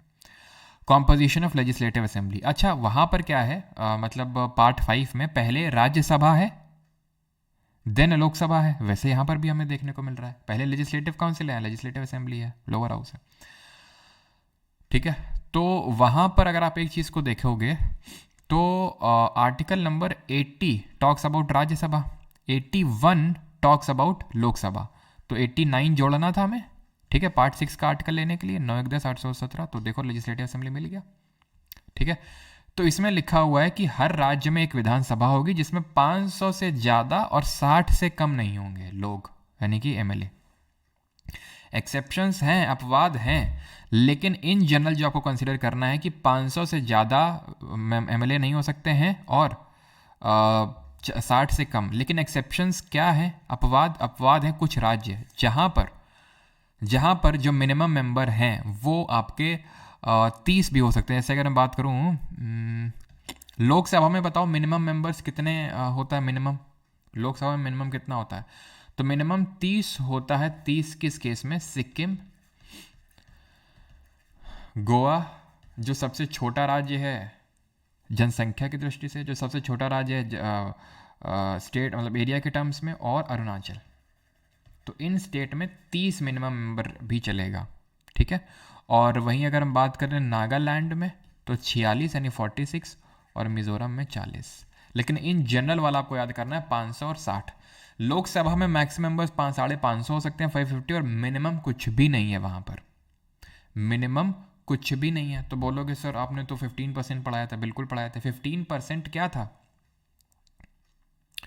15% था कि काउंसिल ऑफ मिनिस्टर की स्ट्रेंथ 15% ऑफ लोअर हाउस से ज़्यादा नहीं हो सकती। तो वैसे यहाँ पर भी जैसे वहाँ article 75 clause 1 sub clause A में था कि 15% से ज़्यादा काउंसिल ऑफ मिनिस्टर नहीं हो सकते हैं, वैसे यहाँ आर्टिकल 164 के क्लॉज 1 और सब क्लॉज ए में होगा कि काउंसिल ऑफ मिनिस्टर स्टेट में 15% से ज़्यादा नहीं हो सकते हैं, जिसको कि हमने 91st अमेंडमेंट से ऐड किया था। सेम चीज़ है, 15% वाली जो स्ट्रेंथ है, 15% वाली बात वो यहाँ पर भी सही है। वहाँ पे लोकसभा था, यहाँ पे लेजिस्लेटिव असेंबली हो जाएगा, विधानसभा। एक्सेप्शन आपको पता है दिल्ली है, जिसको कि 69th अमेंडमेंट से क्रिएट किया गया था। लेट मी टेल यू, ठीक है, दिल्ली जो है, दिल्ली की लेजिस्लेटिव असेंबली को, दिल्ली को जो अपनी विधानसभा मिली थी वो 69th कॉन्स्टिट्यूशनल अमेंडमेंट से मिली थी, जिसके थ्रू वो कैपिटल टेरिटरी ऑफ दिल्ली से नेशनल कैपिटल, ठीक है, sorry, union territory of Delhi से national capital territory of Delhi बनी थी 69th अमेंडमेंट से, ठीक है, जिसके थ्रू आर्टिकल नंबर 239AA को जोड़ के इसको एक विधानसभा दी गई थी दिल्ली को 69th अमेंडमेंट से, ठीक है। क्लियर इतनी चीज़? Each state shall be divided into territorial constituencies, वो सब कुछ हम पता है हमें। आर्टिकल 82 याद कर लो, आर्टिकल 82 याद कर लो, जो डिलिमिटेशन कमीशन की बात करता है, परिसीमन आयोग की बात करता है। कितनी बार बना है बताएंगे आप। वैसे यहाँ पर अलग से कोई डिलिमिटेशन कमीशन का आर्टिकल नहीं है, क्लॉज 2 में ही जोड़ दिया है कि भाई इसको टेरिटोरियल कॉन्स्टिट्यूएंसीज में जोड़ेंगे, बिकॉज डिलिमिटेशन जो कमीशन है उसका काम क्या है? बाउंड्री फिक्स करना। वो अलग अलग नहीं बैठता है पार्लियामेंट के लिए और स्टेट लेजिस्लेचर के लिए, वो एक कॉमन होता है। तो आर्टिकल 82 की तरह यहाँ पर आपको पार्ट 6 में कोई डिलिमिटेशन कमीशन का आर्टिकल देखने को नहीं मिलेगा। Is that clear? तो 82 में जब तुम 89 जोड़ोगे तो कितना मिलेगा तुमको? 171। लेकिन यहाँ 171 में डिलिमिटेशन कमीशन नहीं, लेजिस्लेटिव काउंसिल का कंपोजिशन है, यानी कि लेजिस्लेटिव काउंसिल फिर से आ गया। क्यों आ गया? क्योंकि इसका जो कॉम्पोजिशन है ये कॉन्स्टिट्यूशन में फिक्स नहीं है। कॉन्स्टिट्यूशन में तो सिर्फ इतना लिखा हुआ है कि लेजिस्लेटिव काउंसिल में 1/3 ऑफ LA से ज़्यादा मेंबर नहीं हो सकते हैं। 1/3 ऑफ LA का मतलब क्या है? कि जितने भी लेजिस्लेटिव असेंबली में मेंबर्स हैं उससे ज़्यादा आपके नहीं हो सकते हैं। जितने भी लेजिस्लेटिव असेंबली में हैं विधानसभा में, उससे उसका 1/3 कर लो, उससे ज़्यादा विधान परिषद यानी कि लेजिस्लेटिव असेंबली में, लेजिस्लेटिव काउंसिल में नहीं हो सकते हैं। सर इसमें कहाँ पर? ये कुछ स्टेट के लिए 30 और 40 एक्सेप्शन है। इन जनरल याद करना है 500 और 60, लोकसभा में मिनिमम नहीं होता है, ठीक है। तो कॉम्पोजिशन दिया हुआ है कि इसमें ये लिखा हुआ है कि 1/3 से ज़्यादा नहीं हो सकते हैं और 40 से कम नहीं हो सकते हैं, not less than 40, not less than 40। लेकिन एक्चुअल स्ट्रेंथ क्या होगी लेजिस्लेटिव काउंसिल की, वो पार्लियामेंट डिसाइड करेगा। मैक्सिमम और मिनिमम तो कॉन्स्टिट्यूशन में लिख दिया, 1/3 ऑफ LA से ज़्यादा नहीं हो सकते। 1/3 ऑफ LA से ज़्यादा नहीं हो सकते मतलब किसी राज्य में MLA 300 हैं, वहाँ 300 सीटें हैं, तो इसका 1/3 कितना होगा? 100 से ज़्यादा लोग लेजिस्लेटिव काउंसिल में नहीं हो सकते हैं, ये लिखा हुआ है। और 40 से कम नहीं हो सकते हैं। तो ये क्या स्टेटमेंट है? दूसरा स्टेटमेंट जो मैंने फेंक के मारा कि पार्लियामेंट एक्चुअल स्ट्रेंथ डिटरमाइन करेगा, वो ये है जो इसके 3rd क्लॉज में लिखा हुआ है कि कितने मेंबर कैसे कहाँ से आएंगे। तो 1/3 मेंबर इलेक्ट होके आएंगे जो लोकल बॉडीज़ हैं, जैसे म्यूनिसिपैलिटी या डिस्ट्रिक्ट बोर्ड वगैरह। पंचायत नहीं है इसमें, म्यूनिसिपैलिटी और हमारी डिस्ट्रिक्ट बोर्ड है। 1/3 आएंगे जो वहाँ की लेजिस्लेटिव असेंबली के लोग हैं, MLA लोग हैं, वो चुन के भेजेंगे, ठीक है। 1/3 हो गया, 1/3। अब 1/12 को पकड़ लो। पर्सन एंगेज्ड इन टीचिंग, जो गवर्नमेंट टीचर्स हैं एटलीस्ट 3 साल से, वो जो पर्सन और residing in the state who have been for at least 3 साल का ग्रेजुएट हो, उस स्टेट में रह रहा हो और 3 साल का ग्रेजुएट हो, वो 1/12 मेंबर्स को वो चुन के भेजेंगे, इलेक्ट करके भेजेंगे, ठीक है। और बच गए, कितने बच गए? 1/6 रिमेनिंग कितने बच गए? 1/6। इनको गवर्नर नॉमिनेट करता है, किसमें? Literature, science, art cooperative movement and social service. Summarise कर देता हूँ मैं आपके लिए। 1/3 भेजे लोकल बॉडीज़ ने, 1/3 भेजे एमएलए लोगों ने, 1/12 भेजे ग्रेजुएट्स ने, 1/12 भेजे टीचर ने, बच कितने गए? इन सबको जोड़ोगे 5/6 आएगा। कोई भी चीज़ 100% होती है, दैट मीन्स 1 में 5/6 माइनस करोगे तो 1/6, तो रिमेनिंग 1/6 नॉमिनेट बाई गवर्नर। यानी कि 5/6 मेंबर्स जो होते हैं वो इलेक्टेड होते हैं, निर्वाचित होते हैं, चुनाव होता है। वहीं 1/6 होते हैं वो नॉमिनेटेड होते हैं, यानी कि नामित होते हैं। कौन करता है? गवर्नर यानी राज्यपाल। किस फील्ड में करता है? वही लिसैस, literature, science, art, social service, जो हम प्रेसिडेंट के केस में पढ़े थे, राष्ट्रपति के केस में पढ़े थे राज्यसभा में, आर्टिकल नंबर 80 में 12 मेंबर्स को नॉमिनेट करता है प्रेसिडेंट इन दी राज्यसभा। लेकिन इसमें कोऑपरेटिव मूवमेंट एक एक्स्ट्रा है, कोऑपरेटिव मूवमेंट से कोई जुड़ा है, ठीक है। कोऑपरेटिव मूवमेंट ये बस एक एक्स्ट्रा है, लिसैस प्लस कोऑपरेटिव मूवमेंट आपको ध्यान रख लेना है। क्लियर हो गया 171 में। अब 83 में क्या था, रिकॉल करो। 83 में था हाउसेस का ड्यूरेशन, 83 में 89 जोड़ दो तो यहाँ स्टेट लेजिस्लेचर का ड्यूरेशन कितना था? लोकसभा का 5 साल, तो लेजिस्लेटिव असेंबली का 5 साल। राज्यसभा का कितना था? कोई ड्यूरेशन नहीं था, वो परमानेंट हाउस था, तो लेजिस्लेटिव काउंसिल भी परमानेंट हाउस है, shall not be subject to dissolution. ध्यान रखियो कि लेजिस्लेटिव काउंसिल एबॉलिश हो सकती है, डिसॉल्व नहीं हो सकती है, और राज्यसभा तो डिसॉल्व और आपकी एबॉलिश दोनों ही नहीं हो सकती है, ठीक है। तो लेजिस्लेटिव काउंसिल में चीज़ ध्यान रखिएगा आप कि ये राज्यसभा की तरह डिसॉल्व नहीं हो सकते, बट एबॉलिश हो सकती है। और कब कैसे हो सकती है? वो राज्य ही बोलेगा उसको कि भाई हमारे एबॉलिश कर दो। जैसे मैं तुम्हें बताता हूँ, तमिलनाडु है, उसने 2010 में रेजोल्यूशन पास किया स्पेशल मेजोरिटी में अपनी लेजिस्लेटिव असेंबली में कि हमें एक लेजिस्लेटिव काउंसिल चाहिए, पार्लियामेंट ने बना के दे दी। फिर अगले ही साल रेजोल्यूशन पास कर दिया कि इसको एबॉलिश कर दो, पार्लियामेंट ने हटा दी। जैसा आप बोलो, कई सारे राज्य होते हैं ना कि अपना प्रशासन थोड़ा सा बाइफरकेट करने के लिए बनवा लेते हैं, फिर उनको लगता है खर्चा नहीं झेला जा रहा है लेजिस्लेटिव काउंसिल का, तो एबॉलिश कर देते हैं, ठीक है। और जैसे कि अभी वेस्ट बंगाल ने रेजोल्यूशन पास किया था, ठीक है, तो ये चीज़ ध्यान रखना है, क्लियर। और लेजिस्लेटिव काउंसिल के जो मेंबर्स होते हैं वो 1/3 मेंबर जो है हर 2 साल में रिटायर होते रहते हैं, तो उनके मेंबर्स का टर्म हो जाएगा 6 साल का। जैसे लोकसभा 5 साल से पहले भी खत्म हो सकती है अगर नो कॉन्फिडेंस मोशन पास हो गया, तो वैसे यहाँ पर भी है। जैसे वहाँ पर काउंसिल ऑफ मिनिस्टर रेस्पॉन्सिबल थे लोअर हाउस को, वैसे यहाँ पर काउंसिल ऑफ मिनिस्टर रेस्पॉन्सिबल है लेजिस्लेटिव असेंबली को। जैसे वहाँ पर लोकसभा इमरजेंसी के केस में उसका ड्यूरेशन 1 साल के लिए एक्सटेंड हो सकता था एट अ टाइम, वैसे यहाँ पर भी 1 साल एट अ टाइम, ठीक है।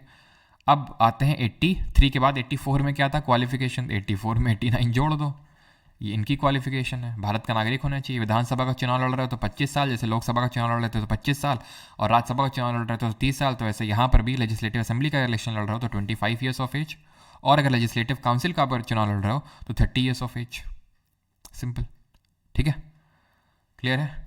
और अब यहाँ पर आते हैं, जैसे वहाँ पर था आपका आर्टिकल नंबर 85, सेशन की बात कर रहा था, 85 में 89 जोड़ दो 174, तो यहाँ पर सेशन कौन समन करेगा? जैसे वहाँ प्रेसिडेंट कर रहा था वैसे गवर्नर करेगा। प्रोरोग करने का काम, डिसॉल्व करने का काम कौन करेगा? गवर्नर करेगा। सिंपल, प्रेसिडेंट गवर्नर दोनों पैरेलली रिलेट करने आपको, ठीक है। जैसे वहाँ पर 86 में क्या दिया हुआ था? Right of president to address the house, 89 जोड़ दो। वहाँ पर 87 में क्या था? Special address of the house, जिसको मोशन ऑफ थैंक्स बोल रहे थे कि भाई हर लोकसभा का जो पहला सेशन होता है उसको, उसमें और जनरल इलेक्शन के बाद, आम चुनाव के बाद जो पहला सेशन होगा, उनको दोनों हाउसेस को कलेक्टिवली एड्रेस करेगा कौन? स्पेशली वो करेगा गवर्नर, जहाँ पर वो सरकार की नीतियों के बारे में बताएगा। तो वही सेम काम 89 जोड़ दो 176, वही मोशन ऑफ थैंक्स जो है गवर्नर करेगा at the commencement of the first session after each general election to the legislative assembly and at the commencement of the first session after each year. कुछ अंतर है क्या? कुछ भी नहीं है। प्रेसिडेंट की जगह गवर्नर हो गया, लोकसभा की जगह लेजिस्लेटिव असेंबली हो गया, और राज्यसभा की जगह लेजिस्लेटिव काउंसिल हो गया, खत्म। 88 में राइट ऑफ मिनिस्टर और अटॉर्नी जनरल दिया हुआ था, यहाँ पर 89 और अगेन 89 जोड़ दोगे, राइट ऑफ मिनिस्टर और एडवोकेट जनरल यहाँ पर दिया हुआ है। सिंपल, क्या राइट होते हैं? अधिकार ये होते हैं कि आप जिस भी हाउस के मेंबर हैं उसमें बोल सकते हैं, वोट कर सकते हैं, सब कुछ। दूसरे हाउस में सिर्फ आप जाकर बोल सकते हैं, वोट नहीं कर सकते हैं। एडवोकेट जनरल, क्योंकि ये किसी भी हाउस का मेंबर नहीं, तो दोनों हाउसेस में जाके बैठ सकता है, यानी प्रोसीडिंग्स में हिस्सा ले सकता है और बोल सकता है, that is he can speak. लेकिन वो वोट नहीं कर सकता है किसी भी हाउस में, क्योंकि वो किसी भी हाउस का मेंबर नहीं है। ठीक है सर। जम्मू इम्पीचमेंट में भाग क्यों नहीं लेता है सौरभ जी को? क्योंकि कॉन्स्टिट्यूशन के बुक में नहीं लिखा हुआ है। पहली बात तो सर सौरभ जी, किसी भी स्टेट के एमएलए इम्पीचमेंट ऑफ प्रेसिडेंट में हिस्सा नहीं लेते हैं। एमएलए तो इलेक्शन में हिस्सा लेते हैं, और जम्मू एंड कश्मीर के नहीं लेंगे अभी तक तो, क्योंकि कॉन्स्टिट्यूशन में नहीं लिखा हुआ, अमेंडमेंट करना पड़ेगा उसके लिए। 89 का क्या ट्रिक है? 89 का ट्रिक है 89 जोड़ दो।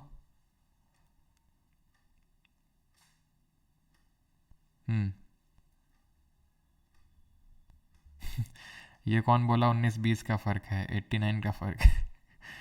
हाँ जी चलो, तो आर्टिकल 177 ऑलराइट, 178 पे आते हैं। तो 89 में आपने 89 जोड़ देना है तो 178 हो जाता है। अब 89 में क्या था? ऑफिसर्स ऑफ, हाँ अब यहाँ पर थोड़ा सा घुमाव है। घुमाव क्या है?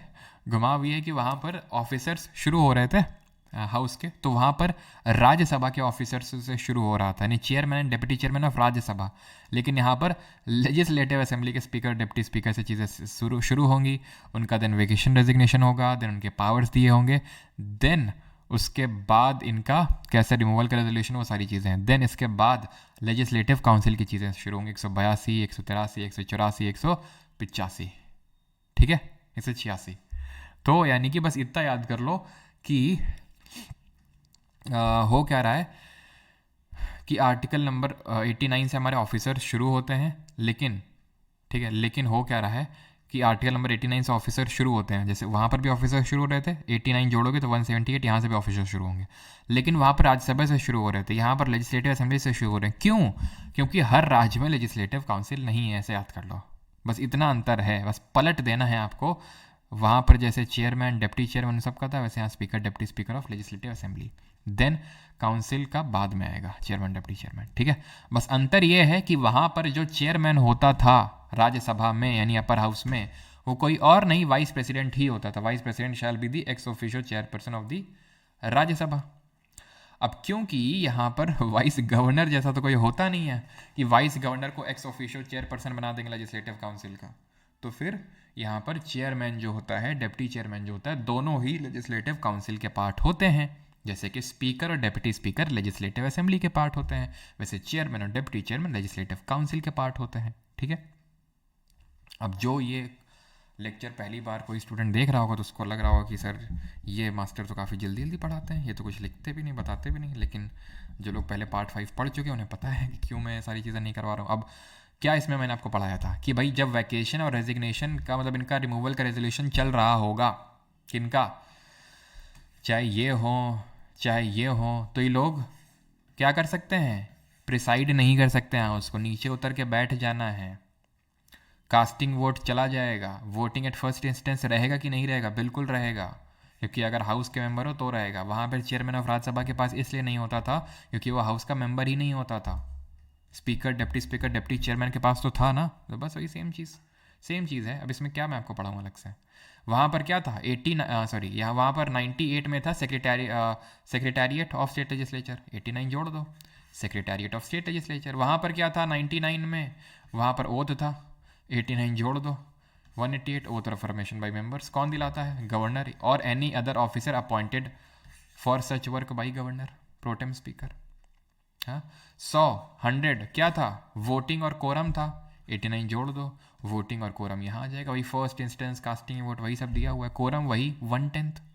कोरम अगर ना हुआ तो वही एडजॉर्नमेंट हो जाता है, एडजॉर्न कर देता है हाउस। कौन करता है? Presiding officer. यहाँ पर प्रिसाइडिंग ऑफिसर करेगा। 101 में क्या था? वेकेशन ऑफ सीट, वैसे यहाँ पर भी वेकेशन ऑफ सीट है, 89 जोड़ो।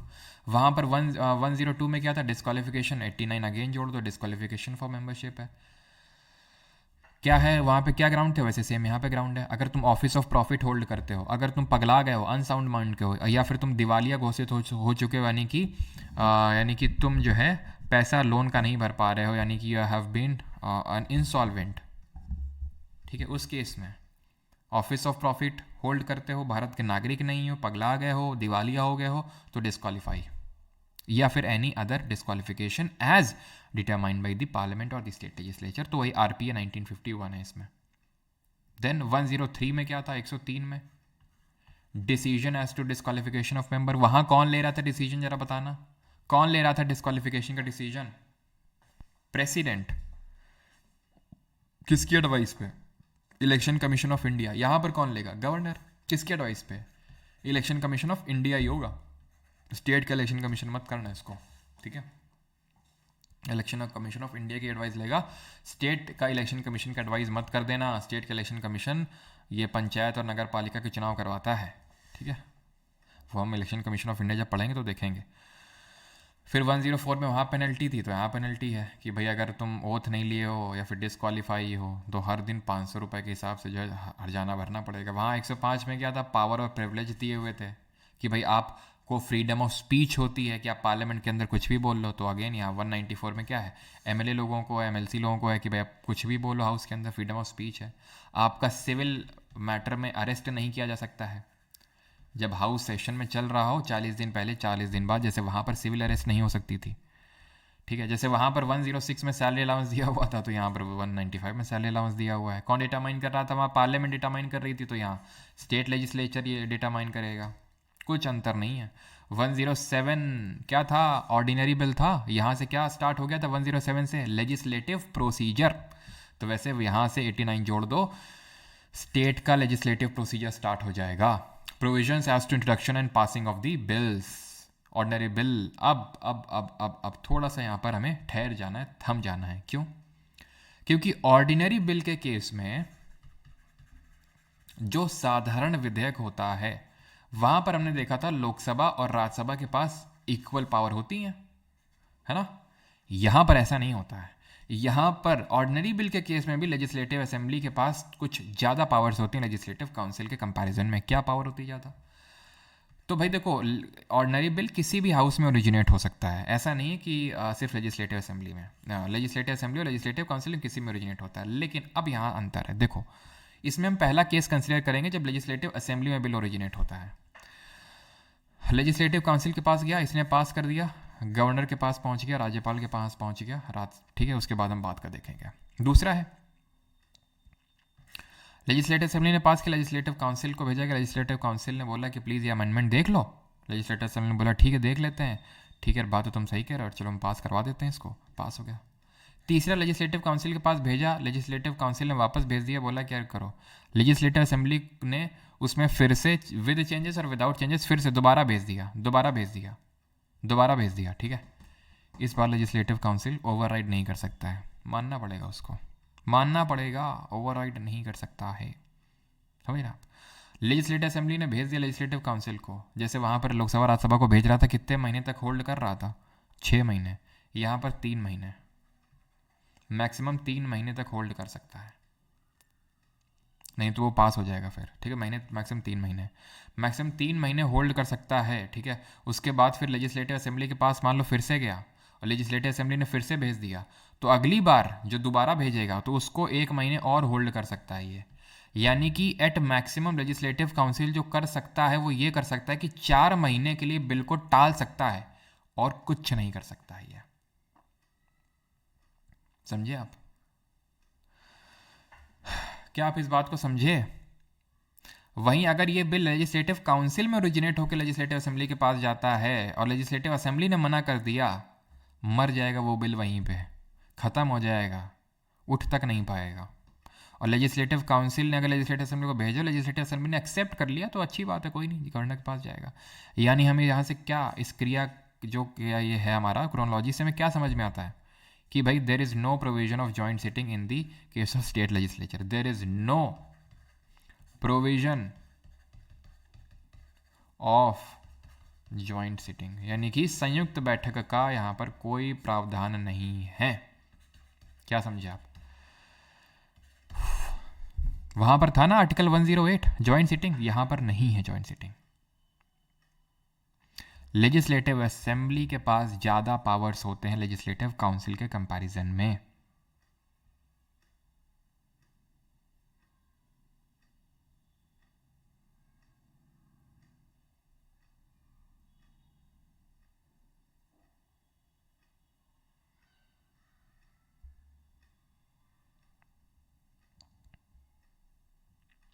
सर एक बार ये बता दो, ठीक है बता देते हैं एक बार और, है ना।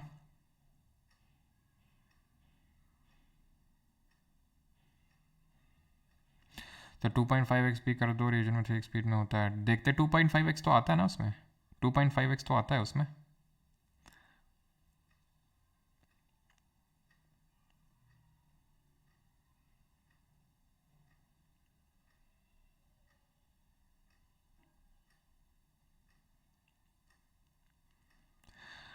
सर जहाँ लेजिस्लेटिव काउंसिल नहीं है वहाँ बिल पास कैसे होता है? Amit Sheoran, very good question. वहाँ पर सिर्फ लेजिस्लेटिव असेंबली से ही बिल पास करना होता है, सीधा गवर्नर के पास जाता है, सीधा गवर्नर के पास जाता है। देखो फिर से समझो इसको, ठीक है, फिर से समझ लो इसको, ठीक है। देखो ये बिल लेजिस्लेटिव असेंबली में ओरिजिनेट हुआ, विधानसभा में, ठीक है। लेजिस्लेटिव काउंसिल के पास गया, पास कर दिया, अच्छी बात है। इसके पास गया लेजिस्लेटिव काउंसिल के पास नहीं किया इसने, तो क्या कर सकता है? 3 महीने तक होल्ड कर सकता है ये, बस 3 महीने तक। अगर 3 महीने तक कुछ रिकमेंडेशन नहीं दी तो अपने आप वो गवर्नर के पास जाएगा, ठीक है। लेकिन मान लेते हैं कि इसने क्या किया, 3 महीने होल्ड किया, नहीं किया, और इसको वापस भेज दिया लेजिस्लेटिव असेंबली के पास। अब जो दोबारा बिल आएगा लेजिस्लेटिव काउंसिल के पास, ठीक है, वो दोबारा जो बिल आएगा उसको सिर्फ 1 महीने तक और होल्ड करने की बस पावर होती है। या तो वो तुरंत पास कर दे, गवर्नर के पास चला गया, ज़्यादा से ज़्यादा जो कर सकता है वो 1 महीने तक होल्ड कर सकता है बस। यानी कि जैसे लोकसभा राज्यसभा को अगर मान लो बिल दिया है, फिर राज्यसभा ने लोकसभा को दिया, तो 6 महीने तक आप बिल को अपने पास रख सकते हो, नहीं तो डेडलॉक क्रिएट हो जाएगा, ज्वाइंट सिटिंग बुलाई जाएगी। यहाँ पर क्या है, कोई ज्वाइंट सिटिंग नहीं है, कोई संयुक्त बैठक नहीं है, और लेजिस्लेटिव काउंसिल के पास कम पावर है। क्यों? क्योंकि अगर लेजिस्लेटिव काउंसिल में ऑर्डिनरी बिल ओरिजिनेट हुआ है विधान परिषद में, और तब लेजिस्लेटिव असेंबली के पास गया है, तो लेजिस्लेटिव असेंबली ने अगर पास कर दिया तो ठीक है, गवर्नर के पास चला जाएगा। लेकिन अगर लेजिस्लेटिव असेंबली ने इस बिल को इनकार करना, मतलब इसमें इसको पास नहीं किया, ठीक है, तो ये बिल वहीं ख़त्म हो जाएगा। ऐसा नहीं कि फिर से वो जाएगा लेजिस्लेटिव का, ना ना ना। यानी कि यहाँ से हमें ये समझ में आता है कि ऑर्डिनरी बिल के केस में भी लेजिस्लेटिव असेंबली के पास लेजिस्लेटिव काउंसिल से ज़्यादा पावर्स हैं, ठीक है।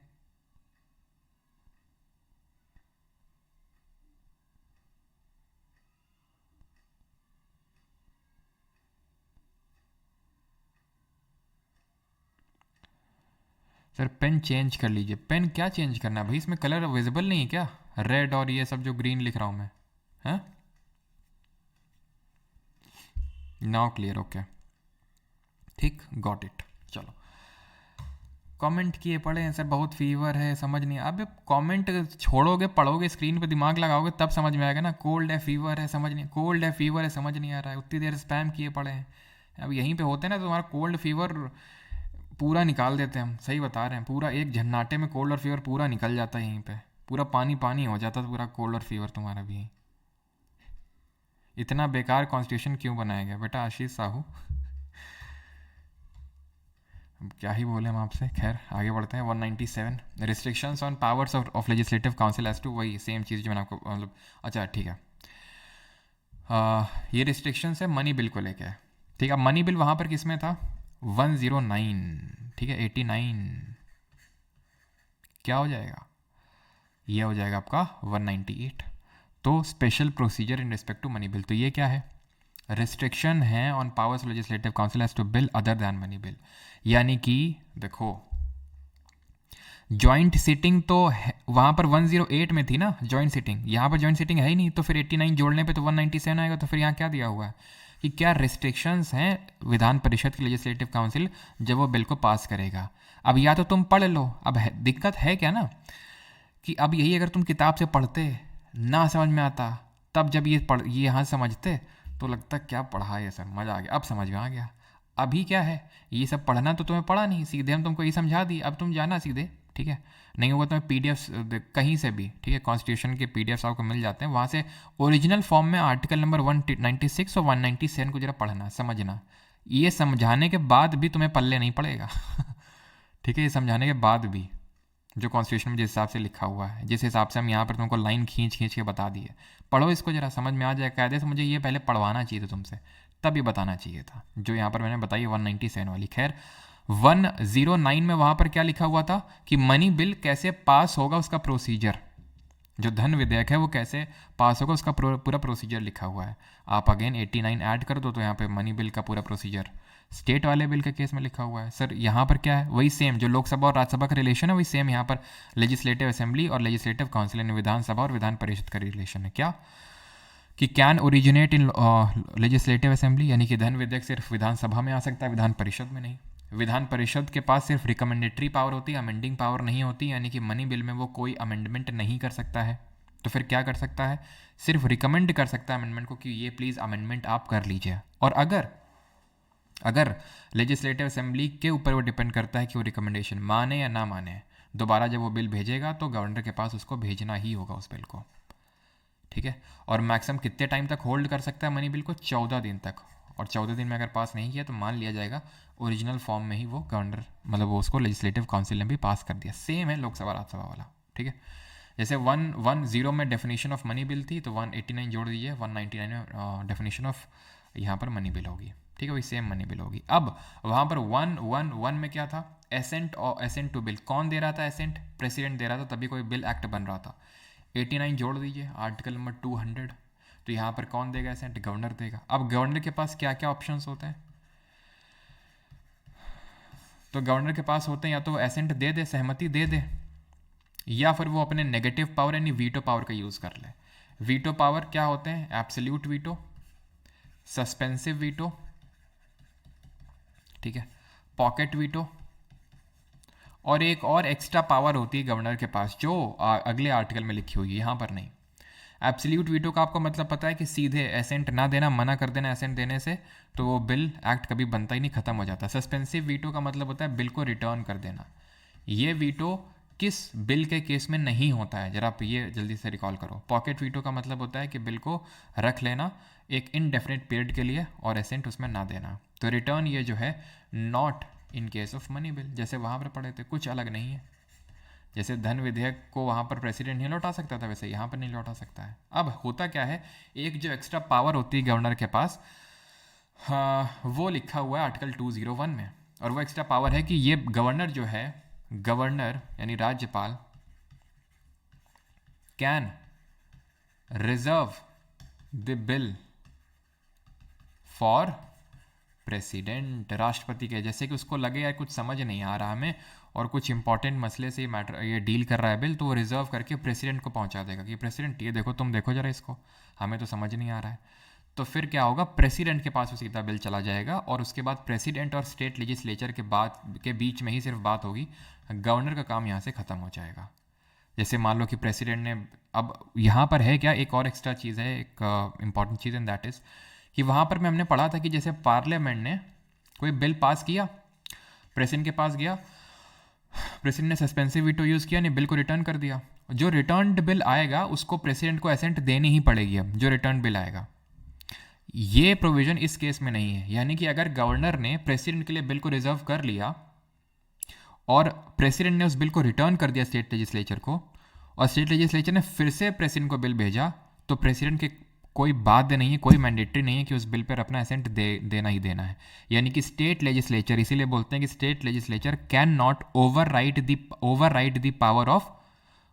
The veto power of president, whereas union parliament can override the veto power of president. State legislature veto power of president को ओवरराइड नहीं कर सकता है, पार्लियामेंट कर सकता है। मतलब कि प्रेसिडेंट कितनी बार भी उसको भेज सकता है स्टेट लेजिस्लेचर के बिल को, अगर रिजर्व कर लिया गवर्नर ने तो। अब तुमने एक चीज़ नोटिस करी, प्रेसिडेंट तो किसी के रिजर्व कर नहीं रहा था, तो वहाँ पर ऐसा कोई आर्टिकल था नहीं, वहाँ पर तो सीधा इसके बाद एसेंट के बाद 111 के बाद 112 आया था जो एनुअल फाइनेंशियल स्टेटमेंट की बात कर रहा था। यहाँ पर 112 जोड़ने पर, 89 जोड़ने पर तो ये आ जाएगा 201, क्योंकि ऐसा तो था नहीं। तो अब यहाँ से एक काम करो कि 89 नहीं 90 ऐड करना स्टार्ट कर दो। अभी तक जो 89 ऐड कर रहे थे वो 112 से या फिर 111 के बाद से 90 जोड़ना शुरू कर दो। तो जैसे वहाँ पर था एनुअल फाइनेंशियल स्टेटमेंट क्या था, प्रेसिडेंट, ठीक है, president shall in respect of every year shall cause to be laid before the parliament the annual financial of statement, ठीक है, जिसमें कि एस्टिमेटेड रेसीट एक्सपेंडिचर होगा। वैसे यहाँ पर governor shall cause to be laid, मतलब गवर्नर के नाम पर इसको रखा जाएगा वार्षिक वित्तीय विवरण, यानी कि एनुअल फाइनेंशियल स्टेटमेंट को, जिसको कि हम बजट बोलते हैं। बट बजट वर्ड कहीं भी कॉन्स्टिट्यूशन में मेंशन्ड नहीं है, ना तो आर्टिकल 112 में, ना तो 202 में। तो राज्य जैसे वहाँ राष्ट्रपति के नाम पे रखा जा रहा था, वहाँ पे राज्यपाल के नाम पे, ठीक है। और उसके बाद सब कुछ वही है, सिर्फ आपको 90 90 90 ऐड करना है, सब कुछ वही है, कुछ अलग नहीं है, ठीक। अब हम आ जाते हैं सीधा 213 में। आर्टिकल 123 में 90 जोड़ोगे तो कितना हो जाएगा? 213। 123 किसकी बात कर रहा था? ऑर्डिनेंस पावर ऑफ प्रेसिडेंट, राष्ट्रपति की अध्यादेश जारी करने की शक्ति, ठीक है। ये कौन सा चैप्टर हो जाएगा? चैप्टर नंबर आपका हो जाएगा ये 4, ठीक है। जैसे वहाँ चैप्टर नंबर 3 था वो ऑर्डिनेंस, यहाँ पे चैप्टर नंबर 4 है, ठीक है। तो ऑर्डिनेंस की बात करता है, और ऑर्डिनेंस हमें पता है लेजिस्लेटिव पावर होती है, यानी कि जब लेजिस्लेटिव असेंबली या फिर लेजिस्लेटिव काउंसिल या फिर दोनों, अगर दोनों है राज्य में, देखो जिस भी राज्य में आपका सिर्फ लेजिस्लेटिव असेंबली है, सारे राज्य में लेजिस्लेटिव असेंबली है, तो उसको यूनिकैमरल लेजिस्लेचर बोलते हैं, वहाँ के लेजिस्लेचर को। और अगर लेजिस्लेटिव काउंसिल है वहाँ के राज्य में, तो उस राज्य को बाई कैमरल लेजिस्लेचर बोलते हैं, द्विसदनीय विधानमंडल। तो अगर सिर्फ लेजिस्लेटिव असेंबली है, तो अगर लेजिस्लेटिव असेंबली सेशन में नहीं है, तो गवर्नर के पास पावर है कि वो लॉ क्रिएट कर सकता है। और अगर किसी स्टेट में दोनों हैं, तो अगर उनमें से कोई एक नहीं है सेशन में, तो उस केस में गवर्नर, दोनों में से एक नहीं है, फिर दोनों नहीं है, तो गवर्नर जो है कानून बना सकता है। वही हमने जो ऑर्डिनेंस पढ़ा था प्रेसिडेंट को लेकर। क्लियर है? खत्म हो गया, खत्म हो गया यहाँ पर हमारा पार्ट 6। क्लियर? ठीक। यहाँ दोनों तो बाई कैमरल लेजिस्लेचर। अब क्वेश्चंस कर लिए जाएं। निब्बी चेंज करिए, निब्बी चेंज करिए मतलब समझा नहीं भाई, निब्बी चेंज करिए क्या ये बोल रहे हो? क्या ये जो पेन दिखता है वो, मतलब ऐसा बोल रहे हो क्या आप लोग?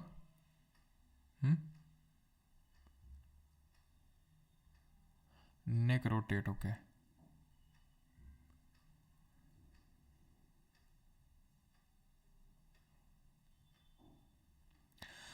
कृष्णा कुपाल जी, पिछली बार मैंने इसको पार्लियामेंट के साथ करवा दिया था, मैंने बोल दिया था 89 ऐड कर लीजिए इसमें, वो सीधा वही आर्टिकल हो जाएगा। इस बार मैंने आर्टिकल्स लिख दिए हैं, इसलिए वहाँ पर वो चीज़ आपको नहीं मिल रहा है, ठीक है। Okay okay okay okay okay, sorry sorry sorry, सच में गजनी हो गई वही में तो। अच्छा सॉरी, वो चेंज करने के लिए आपने बोला था, नेम चेंज करने के लिए, ठीक ठीक ठीक ठीक, सही याद दिलाया। मतलब वो बाद में याद दिलाना, अभी तो क्वेश्चंस करने ना। अच्छा अच्छा, सच में यार गजनी वाली हालत हो चुकी है। हाँ चलो, तो ये आप जो है हेल्प चैट में जाके डाउट पूछ सकते हैं यहाँ पर, ठीक है, व्हाट्सएप के अलावा।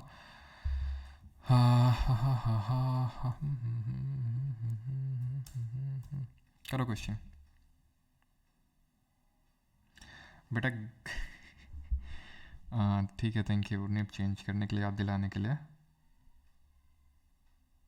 अरे तो भाई निब लिखना चाहिए था, निब भी कौन लिखता है भाई? मुझे लगा निब्बी निब्बा जब आजकल चलता है उसका कुछ था।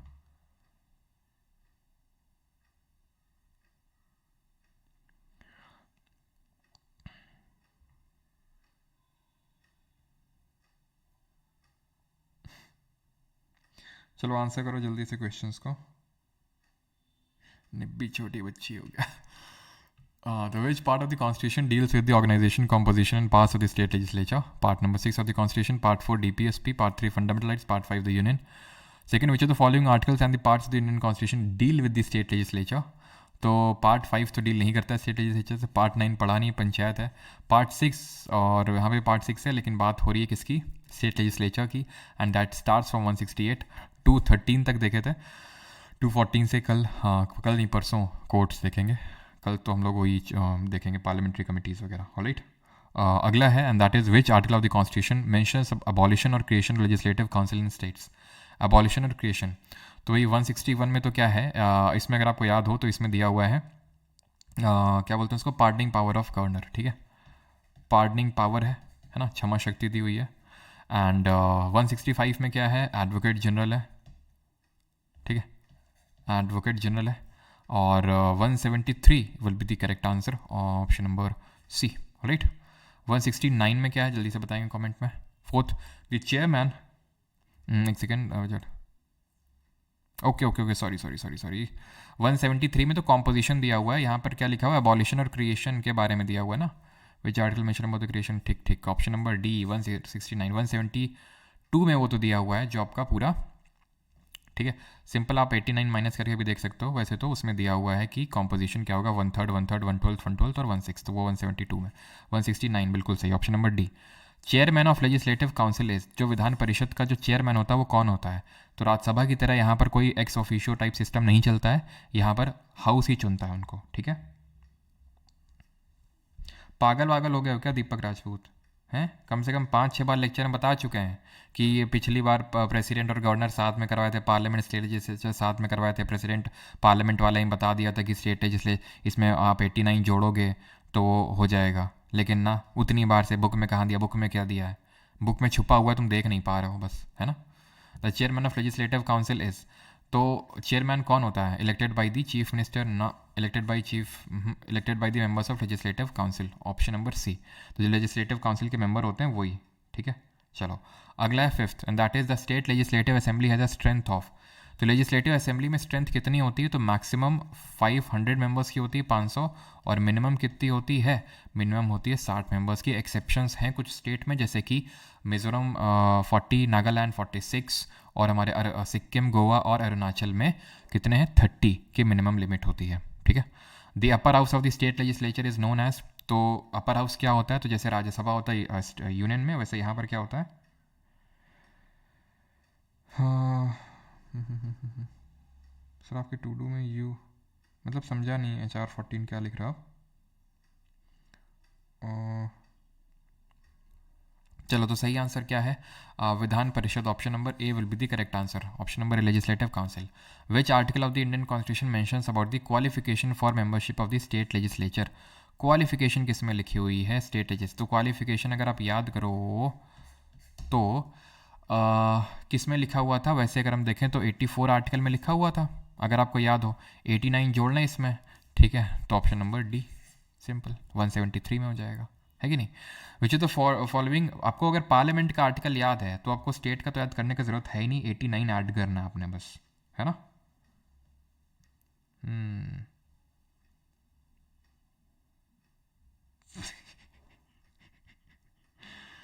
पवन मौर्य, तुम पढ़ लो, नहीं बेटा तुम्हारे ही ऐसे मारेंगे। Which of the following statements are correct in the context of the Indian Constitution? There are three major organs of the government, namely legislature, executive and judiciary. Yes, it is correct. CPO का ही question है 2024 का, ठीक है, 2024 का। और separation of functions rather than powers is followed. Separation of functions rather than power is followed. All organs of the government are independent. ऐसा नहीं होता है, जैसे ऑर्गन ये गवर्नमेंट का एग्जीक्यूटिव है, हमें पता है executive is responsible to legislature, article number जैसे 75 क्लॉज 3 पढ़ते हैं, वैसे यहाँ आर्टिकल नंबर 164 क्लॉज 2 पढ़ते हैं कि भाई एग्जीक्यूटिव जो है वो लेजिस्लेचर को रिस्पॉन्सिबल होता है, ठीक है। सर इसको याद करके 89 माइनस कर दिए तो आशीष साहू बिल्कुल कर सकते हो, लेकिन फिर तुमने याद क्यों किए थे पार्ट 5 के अगर तुमने याद किए थे तो क्यों इसका याद कर रहे हो? फिर 89 जोड़ो ना सिर्फ। क्लास नोट्स में गवर्नर नहीं है भाई, गवर्नर है, वो प्रेसिडेंट के साथ मैंने पढ़ाया था, वहाँ पर दिया हुआ है वो, या तो प्रेसिडेंट वाले फिर PM वाले में, ठीक है। कल MCQ कब हुआ था रक्षित? कल MCQ शाम को ही हुआ था एप्लीकेशन में, परसों UPSC वाले किए थे और कल SSC वाले किए थे। हाँ तो थर्ड आपको सिर्फ एलिमिनेट करना था, option number A, function of separation of function होता है, ठीक है, rather than powers. Which the following among the following which is not a qualification for membership of the Vidhan Sabha? क्या क्वालिफिकेशन नहीं होती है? तो 25 ईयर्स की एज चाहिए, not hold any office of profit, knowledge of politics ऐसा हमने कुछ नहीं पढ़ा है कि भाई नॉलेज ऑफ पॉलिटिक्स होनी चाहिए। 10th, who elects the presiding officer of the state legislature, यानी कि पीठासीन अधिकारी को कौन अपॉइंट करता है स्टेट लेजिस्लेचर को? तो हाउस ही करता है, ठीक है। Who elects the presiding officer state legislature, कौन करेगा? जो मेंबर्स होते हैं वही करते हैं, ठीक है, मेंबर्स होते हैं वही करते हैं। In India subject to the provision of article 333 legislative council of each state shall consist of not more than dash member. अरे जैसे कि देखो मैं आपको एग्जांपल देता हूँ, ठीक है, ऐसा आप उसकी बात कर रहे हो ना, कि पढ़ाया नहीं है और फिर वो वहाँ पर ये इस तरह दिया। अब जैसे यहाँ पर मैंने लैंग्वेज पढ़ाया, इस बार आपको नहीं पढ़ाया, लेकिन आपको मैं पढ़ा चुका हूँ। 120 में लैंग्वेज था, पार्ट 5 में क्या लिखा हुआ था कि पार्लियामेंट में कौन सी लैंग्वेज यूज़ होगी, हिंदी और इंग्लिश। और फिर उसका क्लॉज 2 में लिखा था कि और इंग्लिश वाले शब्द को डिलीट कर दिया जाएगा 15 साल बाद, अगर एक एक्ट के थ्रू उसको कंटिन्यू नहीं किया गया। तो भाई 90 जोड़ दो, वही सेम चीज़ इसमें लिखी हुई है। फिर 121 में क्या लिखा हुआ था कि पार्लियामेंट कोर्ट का डिस्कशन नहीं कर सकती, कि हाई कोर्ट के लोगों का कंडक्ट वगैरह, जो जजेस है उनका कंडक्ट। तो वही यहाँ पे लिखा हुआ है कि लेजिस्लेचर उस चीज़ को नहीं कर सकती है। वहाँ पर 122 में लिखा हुआ था कि कोर्ट में पार्लियामेंट का डिस्कशन नहीं हो सकता, तो वही यहाँ पे लिखा है कोर्ट नॉट टू इंकर प्रोसीडिंग। तो ये चाहे पढ़ाऊँ चाहे ना पढ़ाऊँ, अब मैं पढ़ाता चला जाऊँगा तो मैं लगा सर बस करो, जबकि मैं कुछ नया पढ़ा नहीं रहा हूँ, फालतू में तुम्हारी सांसें फूल रही हैं। अगला क्वेश्चन हो, ठीक है। तो legislature shall not consist more than 500 members, option number C.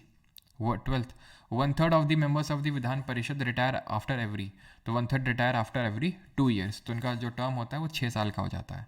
In India the total number of members in the legislative council of state having such a council shall not exceed dash of the total members of the number of the members, तो कितना exceed नहीं हो सकता है। तो legislative council में maximum strength 1/3 of legislative assembly से ज़्यादा नहीं हो सकती है। मिनिमम कितना रिक्वायरमेंट होता है, मिनिमम ये आपको बताना है। कौन सा निरंजन पात्रो, कौन सा पार्ट नहीं मिल रहा है? सर क्या आपके टूथपेस्ट में नमक है? पता है, एक मैं मीम देख रहा था एक दिन, ऐसे ही एक प्रिंसिपल जी थे, एक स्टूडेंट ने, एक गर्ल ने एक ऐसे ही क्वेश्चन पूछा, आपके टूथपेस्ट में नमक है?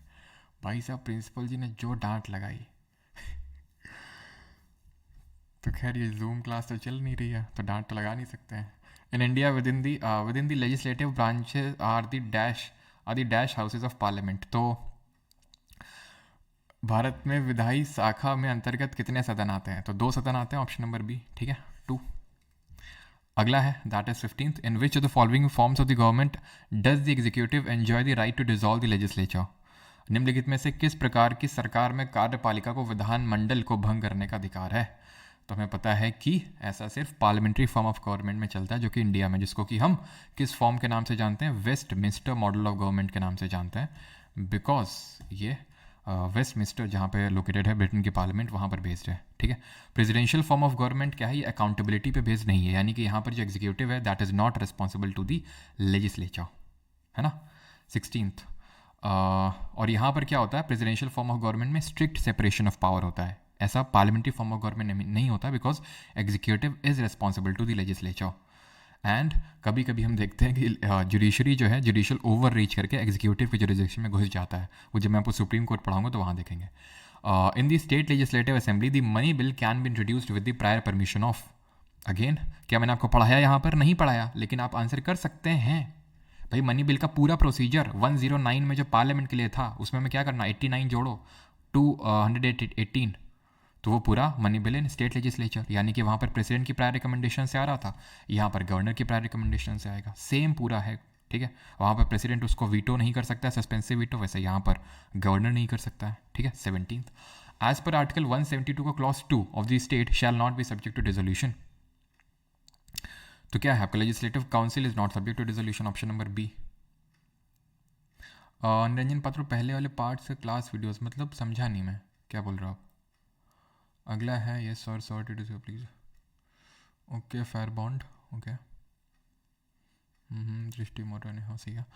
Which of the following articles of the constitution of India provides that there shall be legislative assembly for the national capital territory of the Delhi, again we know article number 239 AA, and this was added by the article number amendment number 69th, और इसने क्या किया था, union territory of Delhi को national capital territory of Delhi बना दिया था, ठीक है। सर आज यूपीएससी क्वेश्चन है यार, एक्चुअली मैं लगाना भूल गया मैं पीपीटी में, ठीक है, तो मैं लगा दूंगा, अभी 3-4 क्वेश्चन है, ज़्यादा नहीं है। Which among the following among constitutional amendment act of Indian constitution reduce the voting age, ये यार अमेंडमेंट का क्वेश्चन है, आंसर तो इसका भी होगा, लेकिन अभी कल करेंगे इसको। In India during a meeting of the legislative assembly और council if there is no quorum it shall be duty of किसका ड्यूटी है कि वो हाउस को एडजर्न कर दे, अगेन वेरी सिंपल, हमने वहाँ पर पढ़ा था कि वहाँ पर यानी कि पार्ट 5 में it is the presiding officer who adjourns the house, same goes है स्पीकर और चेयरमैन, ऑप्शन नंबर बी। हाँ, अगला है what is the term of the state legislative assembly in India as per the Indian constitution. भारतीय संविधान के अनुसार भारत में राज्य विधानसभा का कार्यकाल क्या है? 3 साल, 5 साल, 4 साल या फिर 7 साल? तो 5 साल होता है। लेजिस्लेटिव काउंसिल का कितना है, विधान परिषद का, जरा बताएंगे। आर्टिकल याद नहीं हो रहा है। ओके, आज जो क्लास हो रहा है उसके अच्छा निरंजन, एक्चुअली निरंजन जी बैच की क्लासेस हैं, तो इसके आपको जो मतलब वीडियोस होते हैं वो बैच में मिलते हैं एप्लीकेशन के अंदर, ये लाइव स्ट्रीम होता है फ्री में, है ना। सर आपके पास अटैची है प्रभास सिंह, बेटा अटैची है उसी में तुमको बंद कर देंगे, नहीं पढ़ लो यहाँ पर। According to the Indian constitution what is the tenure of the members of the state legislative council of in India. तो मेंबर्स का टेन्योर होता है 6 साल का, उसका खुद का कोई नहीं होता because it is a permanent house, it is a continuing chamber. Who has the power to abolish और create the legislative council in the state. देख रहे हो, सारा बिल्कुल आसान आसान सा सवाल है। तो कौन क्रिएट और अबॉलिश कर सकता है लेजिस्लेटिव काउंसिल को, विधान परिषद को? कौन कर सकता है? 169 parliament with a simple majority, साधारण बहुमत से। और लेजिस्लेटिव असेंबली बोलेगी तब, लेजिस्लेटिव असेंबली को किस मेजोरिटी से बोलना होता है? 24th। Who will cause every year annual financial statement to be laid before the legislative assembly of the state. तो लेजिस्लेटिव असेंबली क्योंकि हमें पता है कि भाई जो एनुअल फाइनेंशियल स्टेटमेंट होता है it is a kind of money bill, तो वो सिर्फ जैसे पार्लियामेंट में लोकसभा में आ सकता है वैसे ही लेजिस्लेटिव असेंबली में आ सकता है, ठीक है। जैसे उसमें 2 पार्ट होते हैं, 2 पार्ट कौन कौन से बताए थे, एक तो चार्ज एक्सपेंडिचर होता है, वैसे यहाँ पर होता है एक्सपेंडिचर मेड फ्रॉम, ठीक है। जैसे वहाँ पर 2 ये होते हैं, चार्ज एक्सपेंडिचर और एक्सपेंडिचर मेड फ्रॉम, तो वैसे यहाँ पर भी होता है, 2 होते हैं, ठीक है। ये non votable part of budget होता है, तो यहाँ पर भी नॉन वोटेबल है, इस पर वोटिंग होती है तो यहाँ पर इसमें भी वोटिंग होती है। कहाँ पर वोटिंग होती है? जैसे वहाँ लोकसभा में, तो वैसे यहाँ लेजिस्लेटिव असेंबली, ठीक है। जो अपर हाउस है वो सिर्फ इसको डिस्कस कर सकता है। यहाँ से क्यों नॉन वोटिंग होती है? बिकॉज यहाँ से सैलरी ड्रॉ होती है, सैलरी निकलती है, इसलिए। अब मैं ज़्यादा इसके डीप में नहीं घुस रहा हूँ, डीप में घुसने से मेरा मतलब ये, मैंने आपको चाहता तो मैं ये आपको यहाँ पर डीप में, जैसे अगर मैं फॉर एग्जाम्पल ही अगर और थोड़ा हर एग्जाम के लिए पढ़ा रहा होता तो ये है कि यहाँ पर थोड़ा सा दैट इज़ कि जैसे गवर्नर है, गवर्नर की सैलरी तो यहाँ से चार्ज एक्सपेंडिचर ऑफ स्टेट से निकलती है, चार्ज एक्सपेंडिचर ऑफ स्टेट, लेकिन उसकी जो पेंशन होती है वो चार्ज एक्सपेंडिचर ऑफ इंडिया से निकलती है। क्यों? क्योंकि भाई वो मल्टीपल स्टेट में सर्व किया होगा एज गवर्नर, तो भाई कौन सा स्टेट उसको पेंशन देगा वो कैसे डिसाइड होगा? तो फिर वो यूनियन के से पेंशन निकलती है, लेकिन जहाँ पर एज ए गवर्नर सर्व कर रहा है तो वो स्टेट उसको सैलरी ड्रॉ देगा, ठीक है। क्लियर है? डीप घुसी है, अच्छा ठीक है। तो डीप इतना ही था थोड़ा बहुत, है ना। आगे बढ़ते हैं। Who will cause every year, तो कौन कॉज करेगा? Option number B, governor.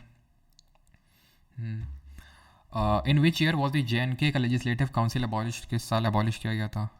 Pankaj Vishwakarma से flora and fauna of India कौन से सब्जेक्ट में आता है? वो पंकज आता है एनवायरमेंट इकोलॉजी में, वो भी हम लोग करेंगे, ठीक है। एनवायरमेंट इकोलॉजी लास्ट में करेंगे। कितना क्वेश्चन है? बस 1-2 क्वेश्चन और कर लो, 2019 इसका आंसर हो जाएगा। Which article of the constitution mentions about the right of the governor to address and send message to the house of the state legislature? अब याद कर लो, इसमें 86 था 86, ठीक है। 86 एड्रेस की बात कर रहा था प्रेसिडेंट की, 87 स्पेशल एड्रेस की, तो ये स्पेशल एड्रेस की तो बात कर नहीं रहा, एड्रेस की। तो 9, 6, 15, 8, 16, 17, 175 ऑप्शन नंबर डी, ठीक है। 27 which of the following is not correct about the power of the speaker of the state legislative assembly? क्या सही नहीं है? He maintains order and decorum, yes he is like class monitor, बिल्कुल maintain करता है। He decides whether a bill is a money bill और not, बिल्कुल वही डिसाइड करता है। वहाँ पर हम लोकसभा के केस में देखा था, तो यहाँ पे भी वही होगा। He calls for a joint session of the assembly and council to resolve the deadlock, ऐसा कोई जॉइंट सिटिंग होता ही नहीं है, तो बुलाएगा क्या? ठीक है, पहली बात तो अगर जॉइंट सिटिंग होती भी है यूनियन के केस में तो बुलाता प्रेसिडेंट है, सिर्फ प्रिसाइड करने का काम होता है किसका? प्रिसाइड करने का काम होता है स्पीकर ऑफ लेजिस्लेटिव असेंबली का, ऑलराइट। तो बुलाता प्रेसिडेंट है, प्रिसाइड कौन करता है? Speaker of Lok Sabha. तो यहाँ पर होता ही नहीं है, तो बुलाएगा कौन? कोई नहीं बुलाएगा, ठीक है। ही एडजर्न्स द हाउस अगर कोरम नहीं हुआ तो। विच of the following states has the highest number of legislative assembly constituencies? किस में है? तो यूपी में है। कितनी है? 403 है, ठीक है।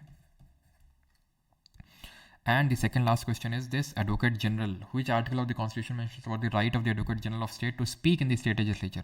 तो राइट ऑफ मिनिस्टर्स और अटॉर्नी जनरल 88 में था, 89 ऐड कर दो, 177, simple. And the last one is this: according to the constitution of India the executive power of the state shall be vested in, तो executive power of the state shall be vested in article number 154, the governor option number B, ठीक है।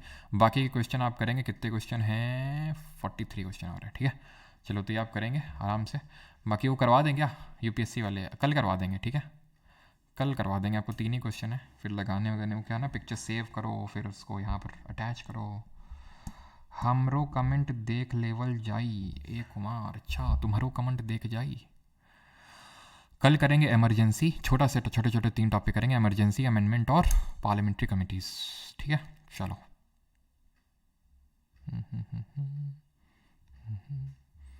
और आज भी CHSL का main से देखते हैं कैसा क्या होता है। Sir why we need legislative council, मैंने अभी बताया था लेजिस्लेटिव काउंसिल की नीड जिस स्टेट को होती है कि भाई एडमिनिस्ट्रेशन मतलब एडमिनिस्ट्रेटिव वर्क इतना बड़ा है हमारा कि उसको हम अकेले लेजिस्लेटिव असेंबली वाले संभाल नहीं सकते हैं, तो वो स्टेट अपने यहाँ से एक स्पेशल मेजोरिटी से बिल को पास करके पार्लियामेंट को ये बोल देते हैं कि प्लीज़ क्रिएट कर दीजिए, वो क्रिएट कर देता है। जब उनको लगता है नहीं झेला नहीं जा रहा है हमसे, तो वही बोल देते हैं, जैसे कि तमिलनाडु का एग्जांपल दिया, 2010 में बोला क्रिएट कर दो, जब क्रिएट हो गया तो 2011 में बोला अब एबॉलिश कर दो इसको, ठीक है। नेक पेन एक बार मेट्रो हॉस्पिटल में दिखा लीजिए, अच्छा सर ठंड ने तो सुखा दी, अच्छा अच्छा, इतनी भी ठंड नहीं पड़ रही भाई अभी है।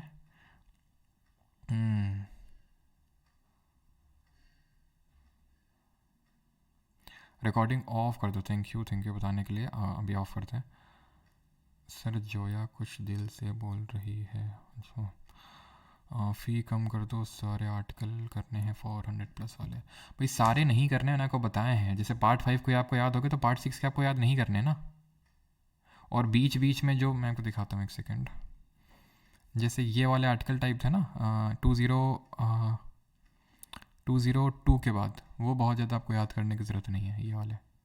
वैसे तो पार्ट 5 के अगर आपको याद है तो पेन निप चेंज, ओके ठीक है, सीता माता ने सही होता है, पेन निप चेंज मैं क्लास में ही कर लेता नहीं तो भूल जाऊँगा। पेन निप को निकालने का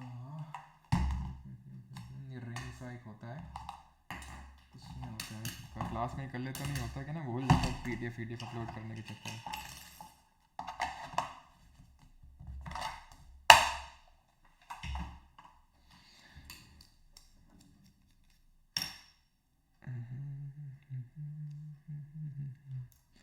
सर आप तो गुस्सा करने लगे हैं। भाई गुस्सा नहीं कर रहे हैं, तुम बार बार वही चीज़ पूछ रहे थे, गुस्सा क्यों करेंगे हैं, आप तो अपने हैं हमारे, क्यों गुस्सा थोड़ी ना किया जाता है अपने लोगों पे, डांटा जाता है बस। सर क्वेश्चन का करा करेंगे बुक वाले मतलब।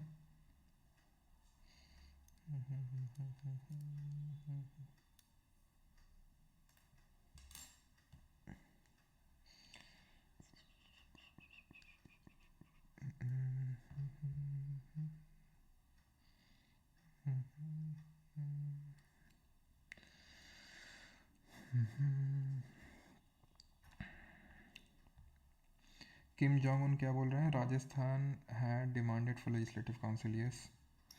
सर आपकी शादी हो गई क्या, शादी से क्या लेना देना भाई तुम लोगों को। सर राज्यसभा से नोटिस मेंबर्स को कोई पार्टी ज्वाइन करना ज़रूरी है क्या।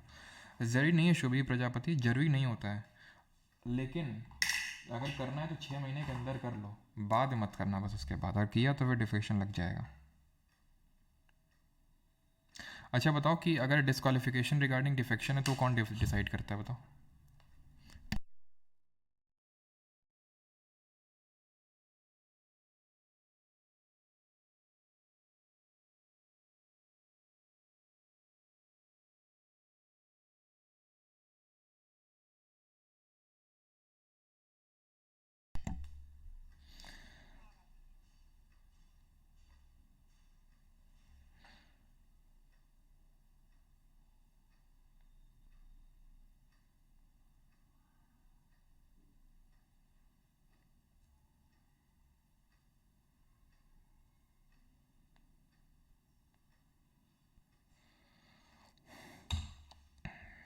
चलिए भाई, थैंक यू सभी को, मिलते हैं कल, ठीक है। हाँ कल लेक्चर में, थैंक यू धन्यवाद सभी को।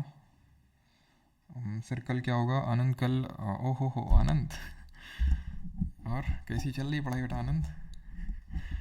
तो ये हम लोग का कल अमेंडमेंट पढ़ेंगे, पार्लियामेंट्री कमिटीज़ पढ़ेंगे एंड इमरजेंसी पढ़ेंगे, छोटे छोटे टॉपिक लेकिन इंपॉर्टेंट टॉपिक्स हैं बहुत ज़्यादा, ठीक है। 123 are this is life ordinance होता है उसमें कि जब लोकसभा राज्यसभा दोनों या फिर कोई एक सदन में ना हो तो प्रेसिडेंट लॉ बना सकता है, कानून बना सकता है, वो है। ठीक है, थैंक यू, धन्यवाद। वैसे गवर्नर के लिए 213 है।